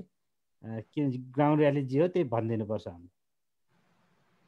हजुर अब हामी एउटा सानो विषय मलाई जोड्न मन लाग्यो यहाँ है। हजुर प्लिज हरि सर। हुन्छ ओके ओके। यो नेपालको विज्ञज्यूहरूलाई चाहिँ अन्डर एस्टिमेट गरेको छ कि डायस्पोरा एक्सपर्टले भन्ने छ नि, यो चाहिँ कतै पनि हामीसँग यो भनौँ न त्यो मिथ्या छैन कि दिमागमा। हामीहरूलाई एजुकेसन दिनुहुने गुरुहरू नेपालमा विज्ञ हुनुहुन्छ है। हामीहरूले उहाँहरूलाई अन्डर एस्टिमेट गर्ने भन्ने विषय त त्यो कल्पना पनि गर्न सकिँदैन पहिलो कुरो होइन। अर्को वे पनि छ हरिजी। हजुर गुरुहरू यता हुनुहुन्छ, चेला नेपाल पनि हुनुहुन्छ, त्यो पनि हुनुहुन्छ, दोहोरो छ होइन। अर्को कुरा के छ भनेदेखि मेबी त्यो खालको एरोगेन्स थियो भने पनि कतै हाम्रो दिमागमा कहीँ त्यो पूर्वाग्रह भएर बसेको थियो भने पनि फर्स्ट ग्लोबल नलेज कन्भेन्सनमा त्यो प्लेटफर्ममा हामीले जसरी इन्टरेक्सन गऱ्यौँ नि त्यहाँबाट त्यो भ्रम चाहिँ टुटिसकेको छ। किनभने हाम्रो नेपाली एक्सपर्ट्स, रेजिडेन्ट नेपाली एक्सपर्ट्सहरूले दिनुभएको कन्भेन्सनमा दिनुभएका पेपरहरू, आइडियाहरू चाहिँ कुनै इन्टरनेसनल युनिभर्सिटीमा पढेर आउनुभएको कोही एक्सपर्टका भन्दा कमका छैनन्, कम स्तरका छैनन्। र सानो अर्को कुरा म एउटा कुरा के जोड्न चाहन्छु भनेदेखि महासविज्यू र म एउटै डिपार्टमेन्टबाट ग्रेजुएट गरे हो नेपालमा मास्टर्स डिग्री। उहाँले विदेशमा आएर जुन विषयमा चाहिँ विद्यावारिधि गर्नुभयो र फर्दर रिसर्च गर्नुभयो, म पनि फिजिक्समै पिएचडी गरेको मान्छे हुँ। तर हामीले गरेका रिसर्च पनि एकअर्कालाई हामीले बुझाउनु पर्ने हुन्छ क्या। हामी यत्तिकै बुझ्दैनौँ, त्यति स्पेसलाइज्ड हुन्छन् यी ज्ञानका विषयहरू भने एकजना व्यक्तिसँग 100% नलेज त यो दुनियाँको छँदै छैन। 100 बनाउनका लागि हामीले 2, 5, 15, 55, 60 समथिङ जोडेर मात्र 100 बन्छ। त्यसैले हामीमा त्यो भ्रम छैन। 100% नलेज हामीले यदि क्रिएट गर्नु छ भने सबै एक्सपर्ट्सहरू एक ठाउँमा आएर नलेज सेयर गर्नुपर्छ, अनि मात्र 100 पुग्छ। तपाईँसँग 99% नलेज छ भने पनि 100 बनाउन एक त खोजेर ल्याउनै पर्छ। फिलोसोफिकल एन्सर दिए, तर यो रियालिटी पनि हो। Thank you. हजुर धन्यवाद हाम्रो डाक्टर हरिदाल सर लाई। मेरो एउटा प्रश्न हाम्रो डाक्टर हेमराज सरलाई, तपाईँ गैर आवासी नेपाली सङ्घको ठुलो जिम्मेवारीमा हुनुहुन्छ। यो एनआरएनले अघिल्लो वर्ष गत वर्ष सरकारलाई एउटा श्वेत पत्र बुझाएको थियो। त्यो श्वेत पत्र कति कार्यान्वयन भयो अथवा त्यसको प्रभाव कुन कुन क्षेत्रमा देखियो, तपाईँले यसो भनिदिनुहुन्छ सर? अनि यसको बिगिनिङमा त हाम्रो हरिजीले चाहिँ केही इक्जाम्पल दिनुभयो, मैले पनि केही इक्जाम्पल दिएँ। अब हामीले के भन्छौँ त्यो श्वेत पत्रमा के कुराहरू भयो भनेर चाहिँ हामीले फेरि त्यसको काउन्टर चाहिँ हाम्रो डकुमेन्ट चाहिँ निकाल्छौँ। अब यहाँ हाम्रो चाहिँ विभिन्न विधानमा भएको हुनाले अब त्यो इन्फर्मेसन हामीले चाहिँ कलेक्सन चाहिँ गर्ने क्रममै छौँ, कम्पाइल गर्ने पाटोमै छौँ। त्यसको एउटा सेसन पनि छ। 11 तारिकको अन्तिम सेसनमा हामीले चाहिँ पहिलो कन्फरेन्स भएका के कुरो उपलब्धि भयो त्यही प्रेजेन्टेसन गर्छौँ। र अबका हाम्रा रिकमेन्डेसनहरू के हुन् भन्ने कुरा पनि हामी त्यही छलफल गर्छौँ। त्यति बेलासम्मको लागि चाहिँ धैर्य गर्नु होला कृपया। हस् धन्यवाद केन सर, डाक्टर साहबलाई। म हरि सरमा जान चाहन्छु। अब हामी लगभग अन्तिम चरणमा आएको छौँ। हाम्रो समय पनि म हेर्दैछु, हामी तपाईँहरू पनि व्यस्त हुनुहुन्छ। भोलि उद्घाटन छ त्यहाँनिर यत्रो नलेज कन्फरेन्सको पक्कै पनि। हरि सर अहिले अब कतिवटा पेपरहरू प्रेजेन्ट हुँदैछन्, अनि मूल रूपमा तपाईँहरू कस्तो खालको पेपरमा चाहिँ सबै पेपरहरू इम्पोर्टेन्ट नै होला, सबैमा फोकसै गर्नु भएको होला, तर यसचोटिको यो दोस्रो नलेज कन्भेन्सनमा चाहिँ कुन चिजलाई चाहिँ बढी फोकस गर्नु भएको छ? अहिले कतिवटा पेपरहरू प्रेजेन्ट हुँदैछन् यो सम्मेलनमा? हजुर ओके। अब यसमा चाहिँ प्रेजेन्टर्सहरूको सङ्ख्या चाहिँ रफली 300+ छ। प्रेजेन्टर्सहरूको सङ्ख्या म बताउँछु, र पेपर्सहरू चाहिँ हाम्रो 200+ छ। 200+ पेपर्स भनिसकेपछि प्रेजेन्टरको त्यो नम्बरको डिफ्रेन्स चाहिँ कसरी आयो त भन्दाखेरि प्यानलिस्टहरू पनि हुनुहुन्छ, उहाँहरूले चाहिँ प्यानल डिस्कसनमा इनपुट दिनुहुन्छ।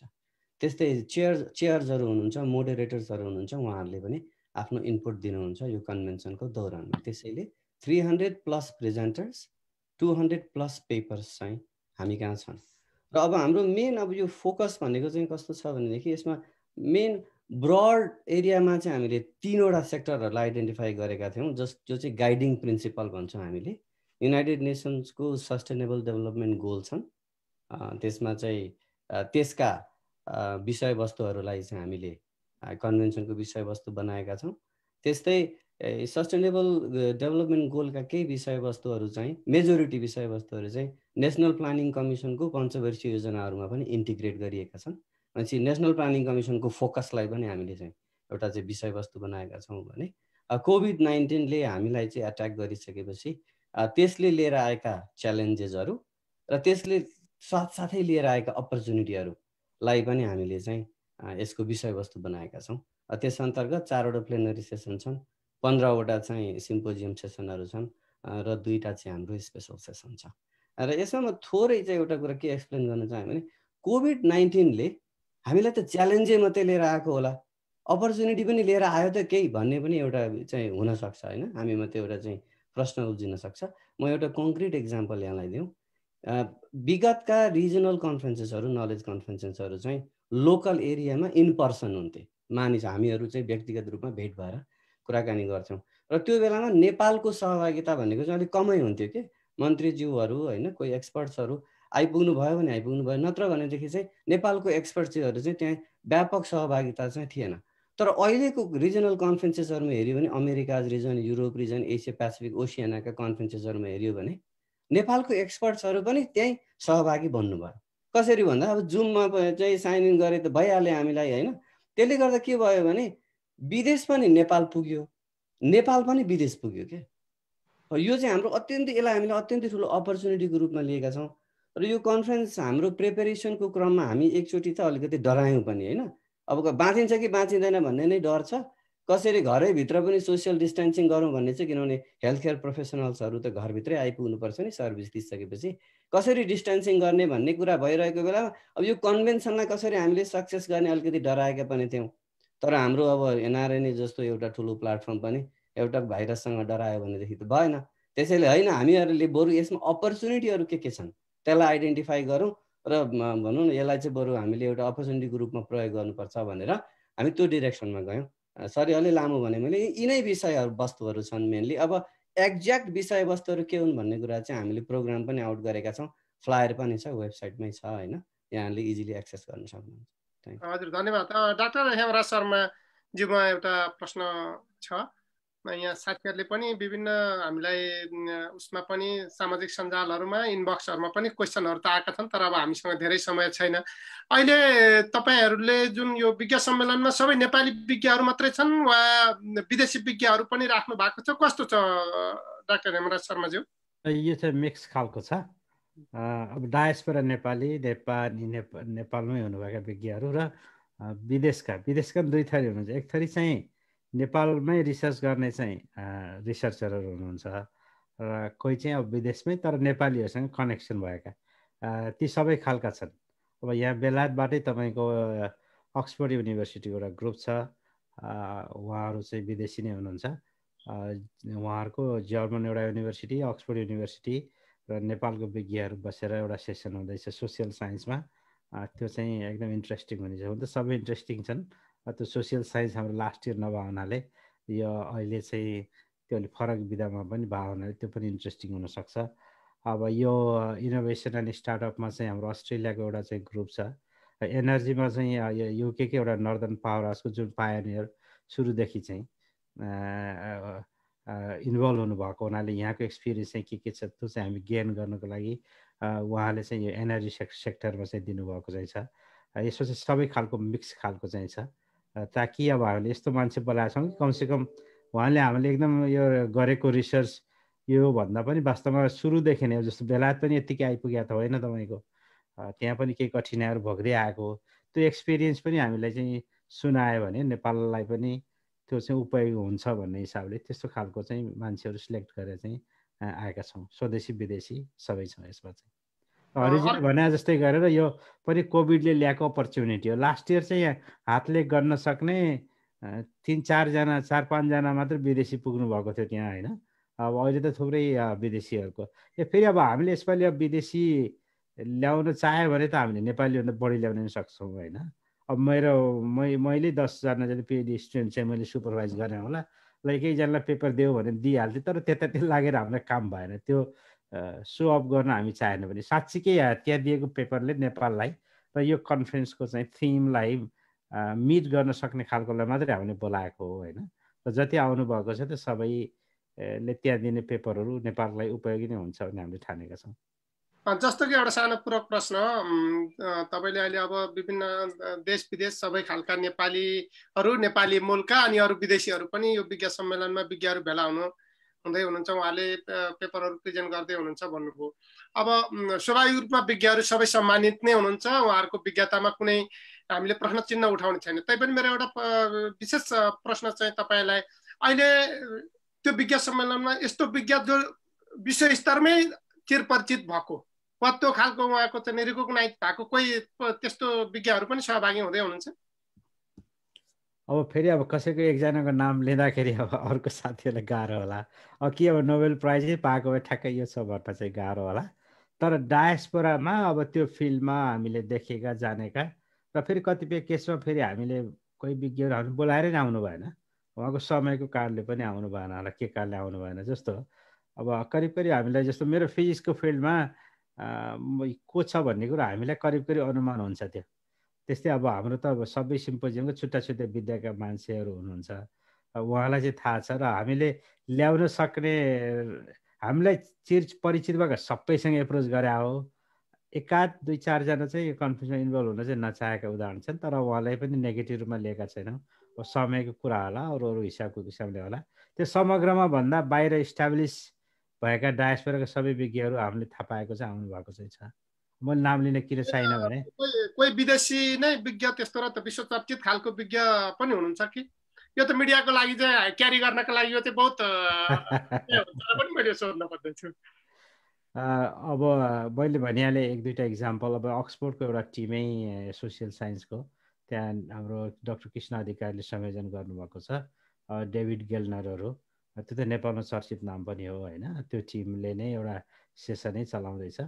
अस्ट्रेलियाको एउटा टिम मैले नाम बिर्सेँ, त्यस मैले अघि लिएका इक्जाम्पलै हुन्।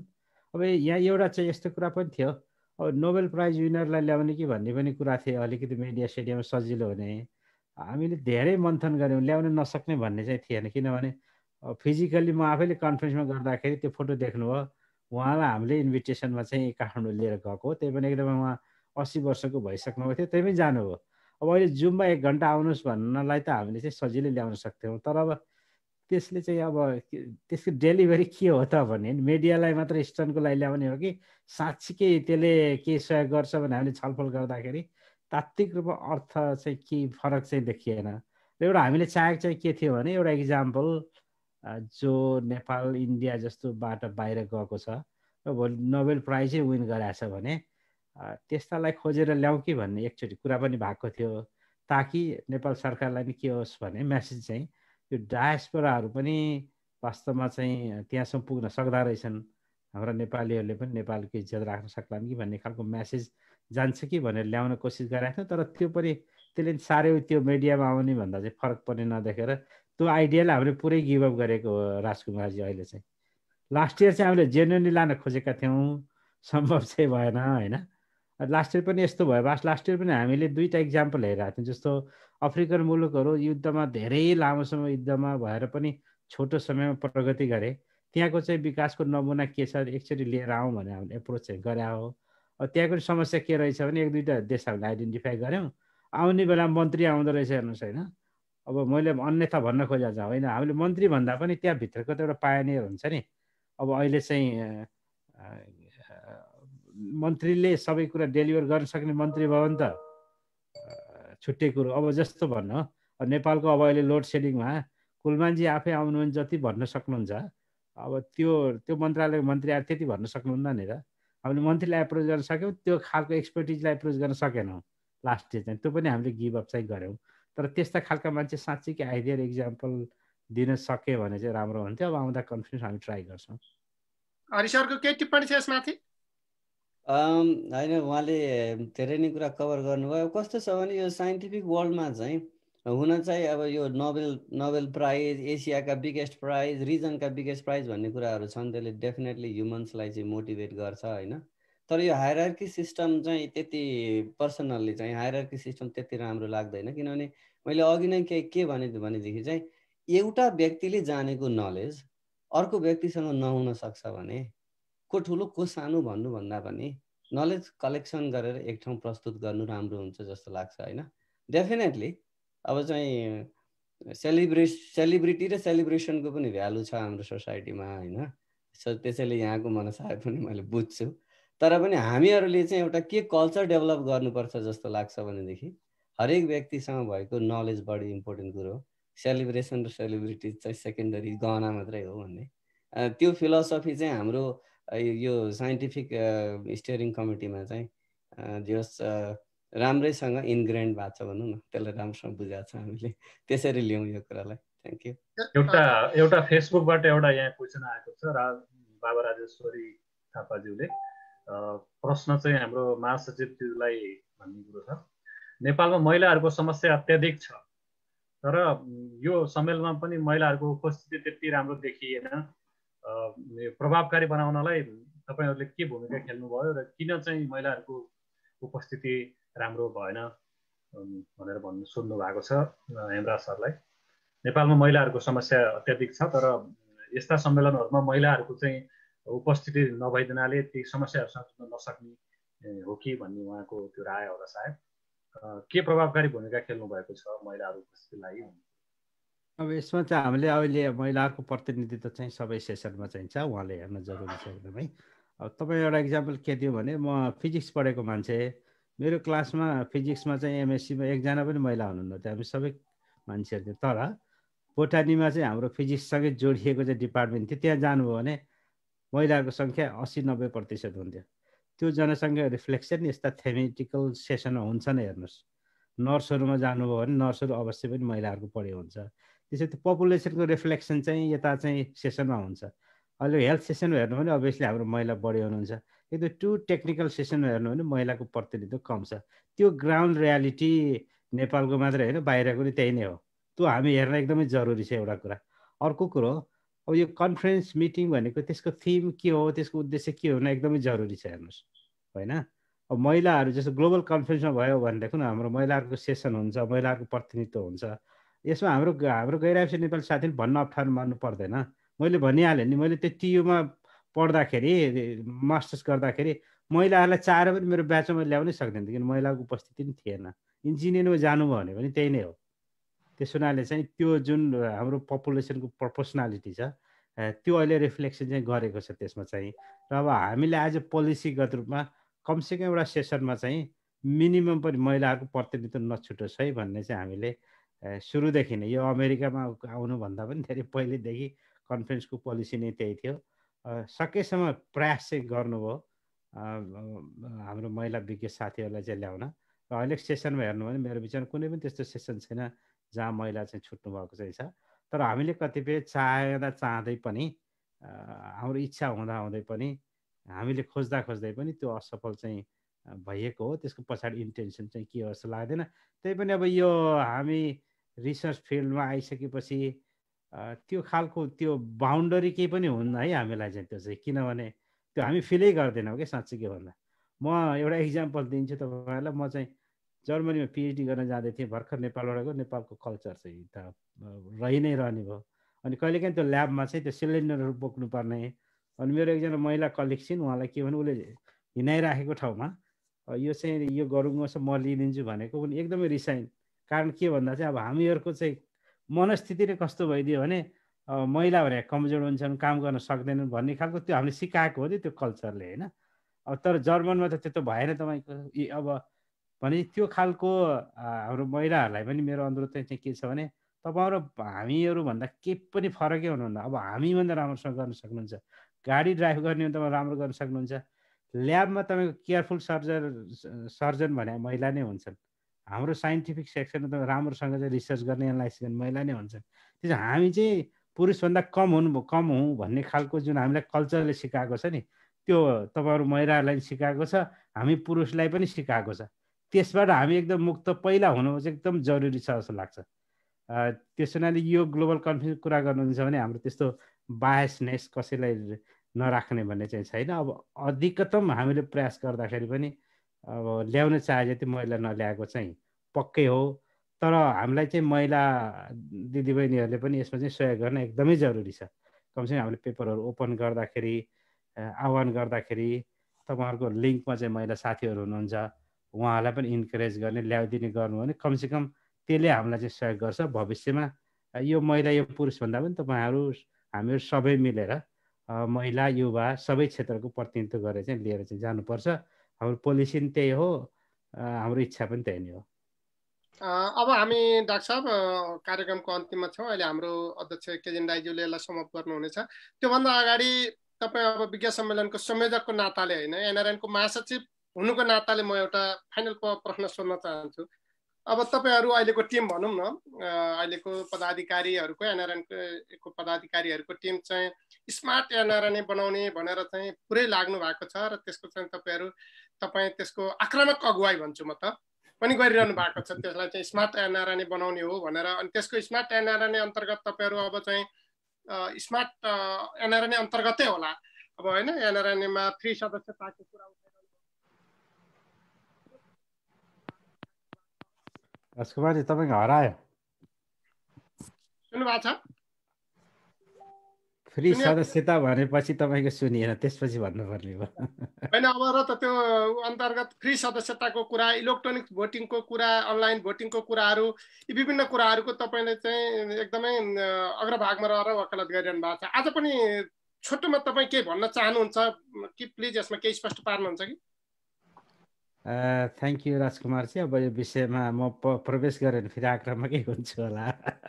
होइन, आक्रामक भन्दा पनि कस्तो भन्दा हामीले जुन एकदमै मेहनत गरिरहेको छौँ 1 वर्षसम्म यो टिमले होइन, अब हामीहरू परिवार यता हाम्रो चाहिँ प्रोफेसनल लाइफ सबै छोडेर हामी सकेसम्म हामीले फेयरली गर्न खोजिरहेछौँ सबै कुराहरू। अब त्यो कुराहरूलाई साथीहरूले नबुझिदिनु भएर कहिलेकाहीँ आक्रामक हुन खोजा मात्रै हो। र हामीले फेरि रकेट साइन्स एकदमै कहिले दुनियाँमा कसैले नगरे गर्न खोज्या पनि होइन। तपाईँ हामीले देखिराखेको कुरा गर्दाखेरि गर्न सकिँदैन। एउटा तपाईँ कमसेकम तपाईँ मोबाइल फोनमा जसरी फेसबुक हुन्छ, युट्युब हुन्छ, यिनीहरूको एप्सै हुन सक्दैन भन्ने गाह्रो कुरो छ र त्यो दुनियाँमा के ठुलो कुरो हो त्यो होइन र।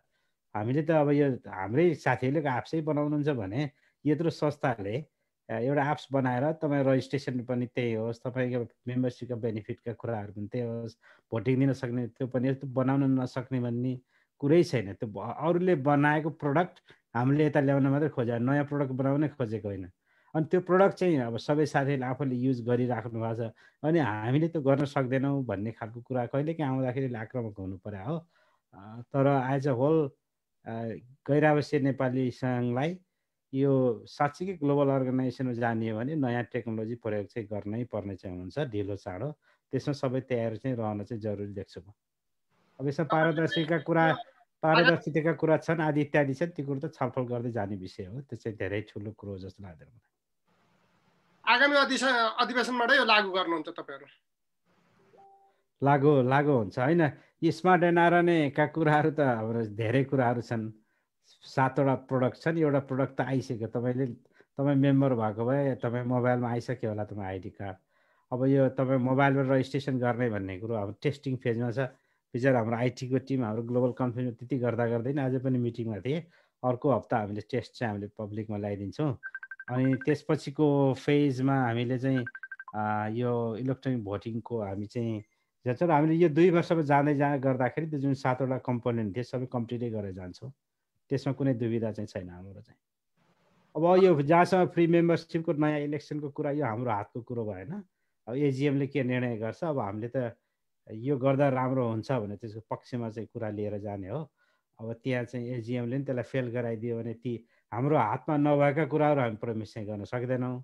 र हाम्रो एजिएमबाट त पासै गर्ने लागिरहनु भएको छ भन्ने सुनिन्छ। होइन, त्यो त अब हाम्रो चाहना त पास हुने कुरो भइहाल्यो। अब पास गर्ने भने त त्यहाँको डेलिगेट्सले गर्ने कुरो हो नि। हजुर, धन्यवाद। अब हामी धेरै अब लगभग हामीले यहाँहरूसँग 45 देखि 50 मिनटको समय लिएर हामीले 1 घन्टा कटाइसक्यौँ। अब हामी लगभग अन्तिममा छौँ। धेरै कुराहरू पनि क्लियर भयो होला। केजिन सर, अध्यक्षज्यू, केही फाइनल प्रश्नहरू छन् वा केही छ कि हाम्रो अतिथिद्वयसँग प्लिज? हजुर, म अन्तिम एउटा प्रश्न गर्न चाहन्छु हाम्रो डाक्टर हेमराज सरलाई।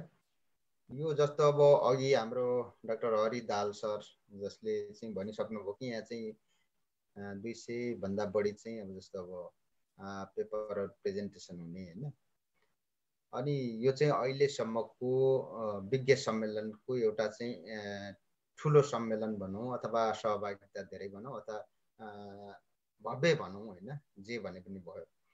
यति भव्य सम्मेलन हुँदै गर्दा यसको आउटपुट आएपछि त्यसलाई चाहिँ तपाईहरुले नेपाल सरकारलाई चाहिँ कहिले बुझाउने तपाईहरुको योजना छ एउटा हैन, र त्यो सुझाव सरकारले कार्यान्वयन गर्छ भन्ने चाहिँ आधार के दिनुहुन्छ डाक्टर हेमराज शर्मा सर? यसपालि अब हामीले पहिला जस्तो 3 महिना लाएर श्वेतपत्र दिन जरुरी नै छैन केजीजी, किनभने हरेक सत्रमा हाम्रो नेसनल प्लानिङ कमिसनको मान्छे आफैले चेयर गर्नुहुन्छ। हामीले जे भन्यौँ जे गर्यौँ त्यसको कन्क्लुजन उहाँ आफैले निकाल्ने हो। त्यसैले त कन्फरेन्सबाट निक्लँदै गर्दाखेरि उहाँहरूले चाहिँ हामीले दिएको रेकमेन्डेसन सँगसँगै लिएर जानुहुन्छ। यद्यपि हामीले चाहिँ नेपाल सरकारलाई त एउटा रिटन डकुमेन्टेसन बुझाउँछौँ नै हामीले होइन। त्यसैले जुन अब अहिले विभिन्न जस्तो नास्टको मैले भने नास्टको चाहिँ भाइस चान्सलर आफै आउनु भएको छ। कतिपय साइन्स एन्ड टेक्नोलोजी पोलिसीमा उहाँ आफैले नै हो त्यहाँ इम्प्लिमेन्ट गर्ने चाहिँ। एउटा सेसनको उहाँ चेयरै हुनुहुन्छ, अर्को सेसन उहाँले पेपर दिनुभएको छ। उहाँ कन्फरेन्समा निक्लने गर्दाखेरि हामीले गर्न खोजेको कुराहरू आफै लिएर जानुहुन्छ। त्यसैले कार्यान्वयनको पक्षमा हामीले पहिला सोचे भन्दा चाहिँ बढी इफेक्टिभ हुने हामी चाहिँ देख्छौँ। र हामीले एउटा सर्ट भर्सन त त्यही दिन दिन्छौँ। हेर्नुहोस्, हरेक सेसनको चाहिँ अब मुख्य रेकमेन्डेसन चाहिँ के हो त्यसलाई एक्जिक्युटिभ समरीको रूपमा हामीले त्यही दिनै दिन्छौँ, ढिला गर्दैनौँ। पहिला हामीले 3 महिना लाएर अलिकति लामो पेपर गरेका थियौँ, तर यसपालि हामीले दिएका पेपरहरू सिलेक्टेड पेपरहरू यो नास्टको चाहिँ जर्नलमा हामीले पब्लिस गर्ने भावनाले हामीले त्यो जर्नलमा चाहिँ पब्लिस गर्छौँ। सरकारलाई दिने कुरो हामीले 11 तारिक साँझ नै दिन्छौँ। हरिजी त्यसमा कम्पाइल गर्न लागिराख्नु छ नि त हरिजी? हजुर, भनेपछि हामी आफैले गर्ने भन्दा नि हाम्रो चाहिँ के हुन्छ भने अब हामी त साइन्सका मान्छे हौँ, अब कृषिको त हामी लेख्न दिन सक्दैनौँ, स्वास्थ्यको दिन सक्दैनौँ, तर हरेक सेसनमा उहाँहरूको आफ्नै टिम छ, कमिटी छ, विज्ञहरू छन्, अनि उहाँहरूले सिन्थेसाइज गरेर यो हाम्रो टिमको यो हो भने आइसकेपछि त्यसलाई हामीले कम्पाइल गरेर 11 तारिकको अन्तिम प्रोग्राममा हामीले डिक्लेरेसन एकबार चाहिँ राखिदिन्छौँ यसपालि चाहिँ। हस् डाक्टर साहब, अब हामी लगभग अब हाम्रा हरिजी के जोड्न खोज्दै हुनुहुन्छ? दुई कुरा जोड्न चाहे है। Please Hari sir. हजुर, मैले तपाईँहरूको नाम सुन्न बाहिर गइरहेको छु कि आफै इनकेस हो छैन। ओके, सो मैले अघि एउटा विषय छोएको थिएँ होइन, यो डायस्पोराको नलेज चाहिँ नेपालमा सेयर गर्ने र इम्प्लिमेन्ट गर्ने कुरा भनेको फ्यामिलीदेखि सुरु हुन्छ। हामी फ्यामिली, बाहिर बसेको फ्यामिलीदेखि नेपालको फ्यामिली, हामी बाहिर बसेको डायस्पोराको लोकल एरिया, गाउँ विकास समिति, नगरपालिका, क्षेत्रीय सरकारहरू र केन्द्रीय सरकार होइन। अब केन्द्रीय सरकारसँग र क्षेत्रीय सरकारसँग लार्जर स्केलमा गर्नको लागि त संस्थागत हिसाबमै जानुपर्ने हुन्छ। भनौँ न एनआरएनए संस्था, त्यहाँभित्रको संयन्त्र र नेपाल सरकारको संयन्त्रको बिचमा कोलाबोरेसन हुनुपर्छ। फर्स्ट ग्लोबल नलेज कन्भेन्सन पछि डेफिनेटली अब हामी 2 वर्ष पछाडि फेरि यही संयन्त्रभित्र आएर फेरि बहस गर्दैछौँ होइन।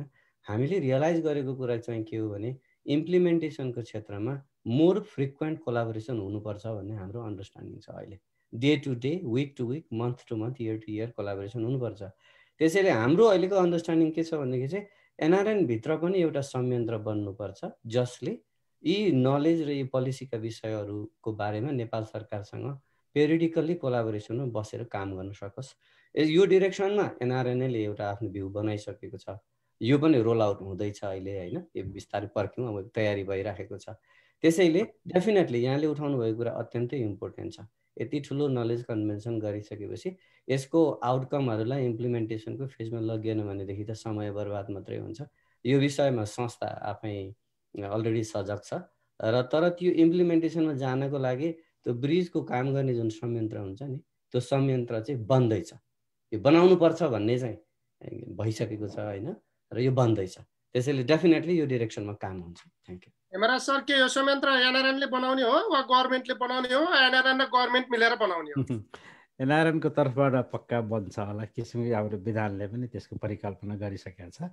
अब किन हामी अब 2टा कन्फरेन्स गरिसक्यौँ, यत्रो विज्ञहरू हामीले आइडेन्टिफाई गरिसक्यौँ, अब त्यसलाई नेटवर्कमा लिएर जाने नै हो। सरकारले संयुक्त रूपमा बनाइदियो भने त अझ राम्रो हुन्थ्यो, तर अब सरकारसँग गर्दाखेरि त्यो ब्युरोक्रेटिक झन्झट, हामीले जुन अहिले एकदम इन्डिपेन्डेन्टली काम गरिरहेछौँ त्यो फेरि हामीलाई ती समस्याहरू चाहिँ आउँछन्। तर हाम्रो चाहना कमसेकम सरकारसँग संयुक्त भन्दा पनि हामीले गरेका कुराहरू सरकारले सुनिदियो भने पुग्छ। हाम्रो तर्फबाट चाहिँ एउटा नेटवर्क चाहिँ बन्छ बनाउनु पर्छ, किन 2 वर्षमा एकचोटि चाहिँ हामीले चाहिँ भेटेर चाहिँ त्यतिले पुग्दैन, हर्जीले भने जस्तै गरेर एकदम रेगुलर कोलाबोरेसनको चाहिँ खाँचो चाहिँ छ। त्यसकै लागि एउटा फेरि छुट्टै सेसन छ है, पहिलो दिनको प्रधानमन्त्रीज्यूले समुद्घाटन गरिसकेपछि त्यसमै एउटा ब्रेन स्टर्मिङ गर्ने चाहिँ सेसन छ। नेपालको नीति आयोगको चाहिँ अध्यक्षले एउटा पेपर दिँदै हुनुहुन्छ, त्यसमा एनआरएनको तर्फबाट हरिजी र मैले पेपर दिँदैछौँ, अनि परराष्ट्र मन्त्रालयको तर्फबाट चाहिँ हाम्रो ब्रेन क्यान्सर सेन्टरबाट हाम्रो सन्तोषीले चाहिँ पेपर दिँदै हुनुहुन्छ। त्यसमा चाहिँ हाम्रो सबै बाहिरका विज्ञ नेपालभित्रको विज्ञहरूसँग एउटा ब्रेन स्टर्मिङ गरेर त्यसबाट केही कन्क्लुजन चाहिँ हामी निकाल्छौँ। यो विज्ञता सुनाउनका लागि डाक्टर साहब हेमराज सर विज्ञता सुनाउनका लागि नेपालका पोलिटिसियनहरू त्यो सेक्टरमा अलिकति भनौँ न अब नीति निर्माण तहमा चाहिँ क्रियाशील मान्छेहरूलाई पनि बोलाउनु भयो होला नि, होइन? होइन, अब सम्बन्धित अब एकदम पोलिटिसियनै भने चाहिँ बोलाएको छैन, हेर्नुहोस् होइन। जस्तो एउटा इक्जाम्पल दिन्छु, डाक्टर गङ्गाधर तुलाधर पोलिटिसियन पनि हो, विज्ञ पनि हो। नेपालको डिजास्टर क्षेत्रमा नेपालको डिजास्टरको नीति कस्तो हुनुपर्छ आउँदाखेरि, होइन, विपद आउँदाखेरिको नेपालले कस्तो नीति बनाउनुपर्छ भनेर उहाँको संयोजकत्वमा चाहिँ नीति बनेको थियो, त्यो उहाँ अवश्य चाहिँ हुनुहुन्छ। अब हेल्थको सेक्टरमा अब गगन थापा अहिले कोभिडको कुरामा पनि धेरै उहाँको इन्भल्भमेन्ट पाउनाले अब स्वास्थ्य मन्त्री हुँदा गरेका उहाँका केही कुराहरूले गर्दाखेरि उहाँ जोडिनु भएको छ हामीसँग चाहिँ। गणेश शाहजी चाहिँ पहिलाको राजनीतिज्ञ नै हुनुहुन्छ, तर उहाँ पहिलाको पूर्व विज्ञान मन्त्री पनि हो, तर नेपाल सरकारको विज्ञानको पोलिसी उहाँले चाहिँ काम गर्नुभएको छ। त्यसै एकदमै राजनीतिज्ञ नै भनेर उहाँ चाहिँ कोही पनि उपस्थित छैन हाम्रो थेमेटिक सेसनहरूमा, केही न केही विज्ञतासँग जोडिएर चाहिँ आउँदै हुनुहुन्छ उहाँहरू। तर हाम्रो नेपालका राजनीतिज्ञहरूलाई पनि अलिक पढाउनु पर्ने त अवस्था छ नि त।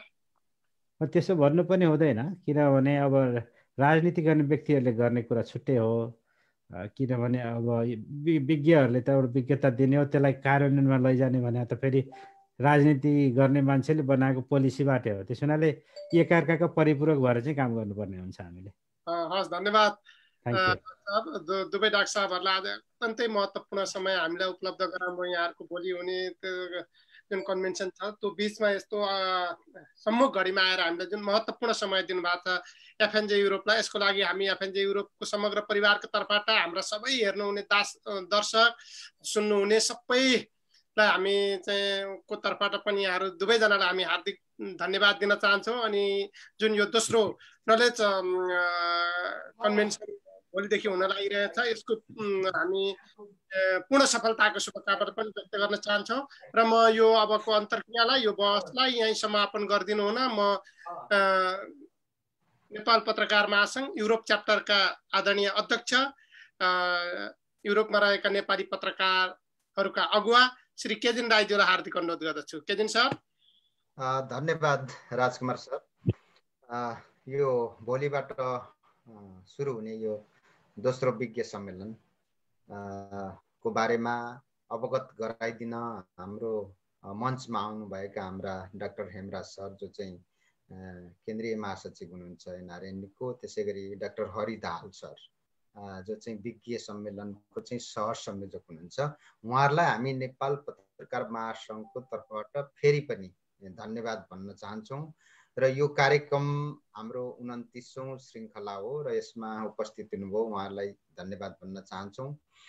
र आज डेनमार्कबाट महेश कुमार खाती जो महासङ्घको चाहिँ सचिव हुनुहुन्छ, त्यसै गरी राजकुमार थापा पोर्चुगलबाट, त्यसै गरी चिरन शर्मा बेलायतबाट, रविचन्द्र भट्टराई अस्ट्रियाबाट, दिपेन्द्र गजुरेल स्पेनबाट यहाँ सहभागी हुनुभयो, उहाँहरूलाई पनि हामी पुनः धन्यवाद भन्न चाहन्छौँ। र पुनः यस्तै श्रृङ्खलामा भेट्ने आशा र बाचासहित अहिलेलाई बिदा हुन चाहन्छौँ। धन्यवाद, नमस्कार।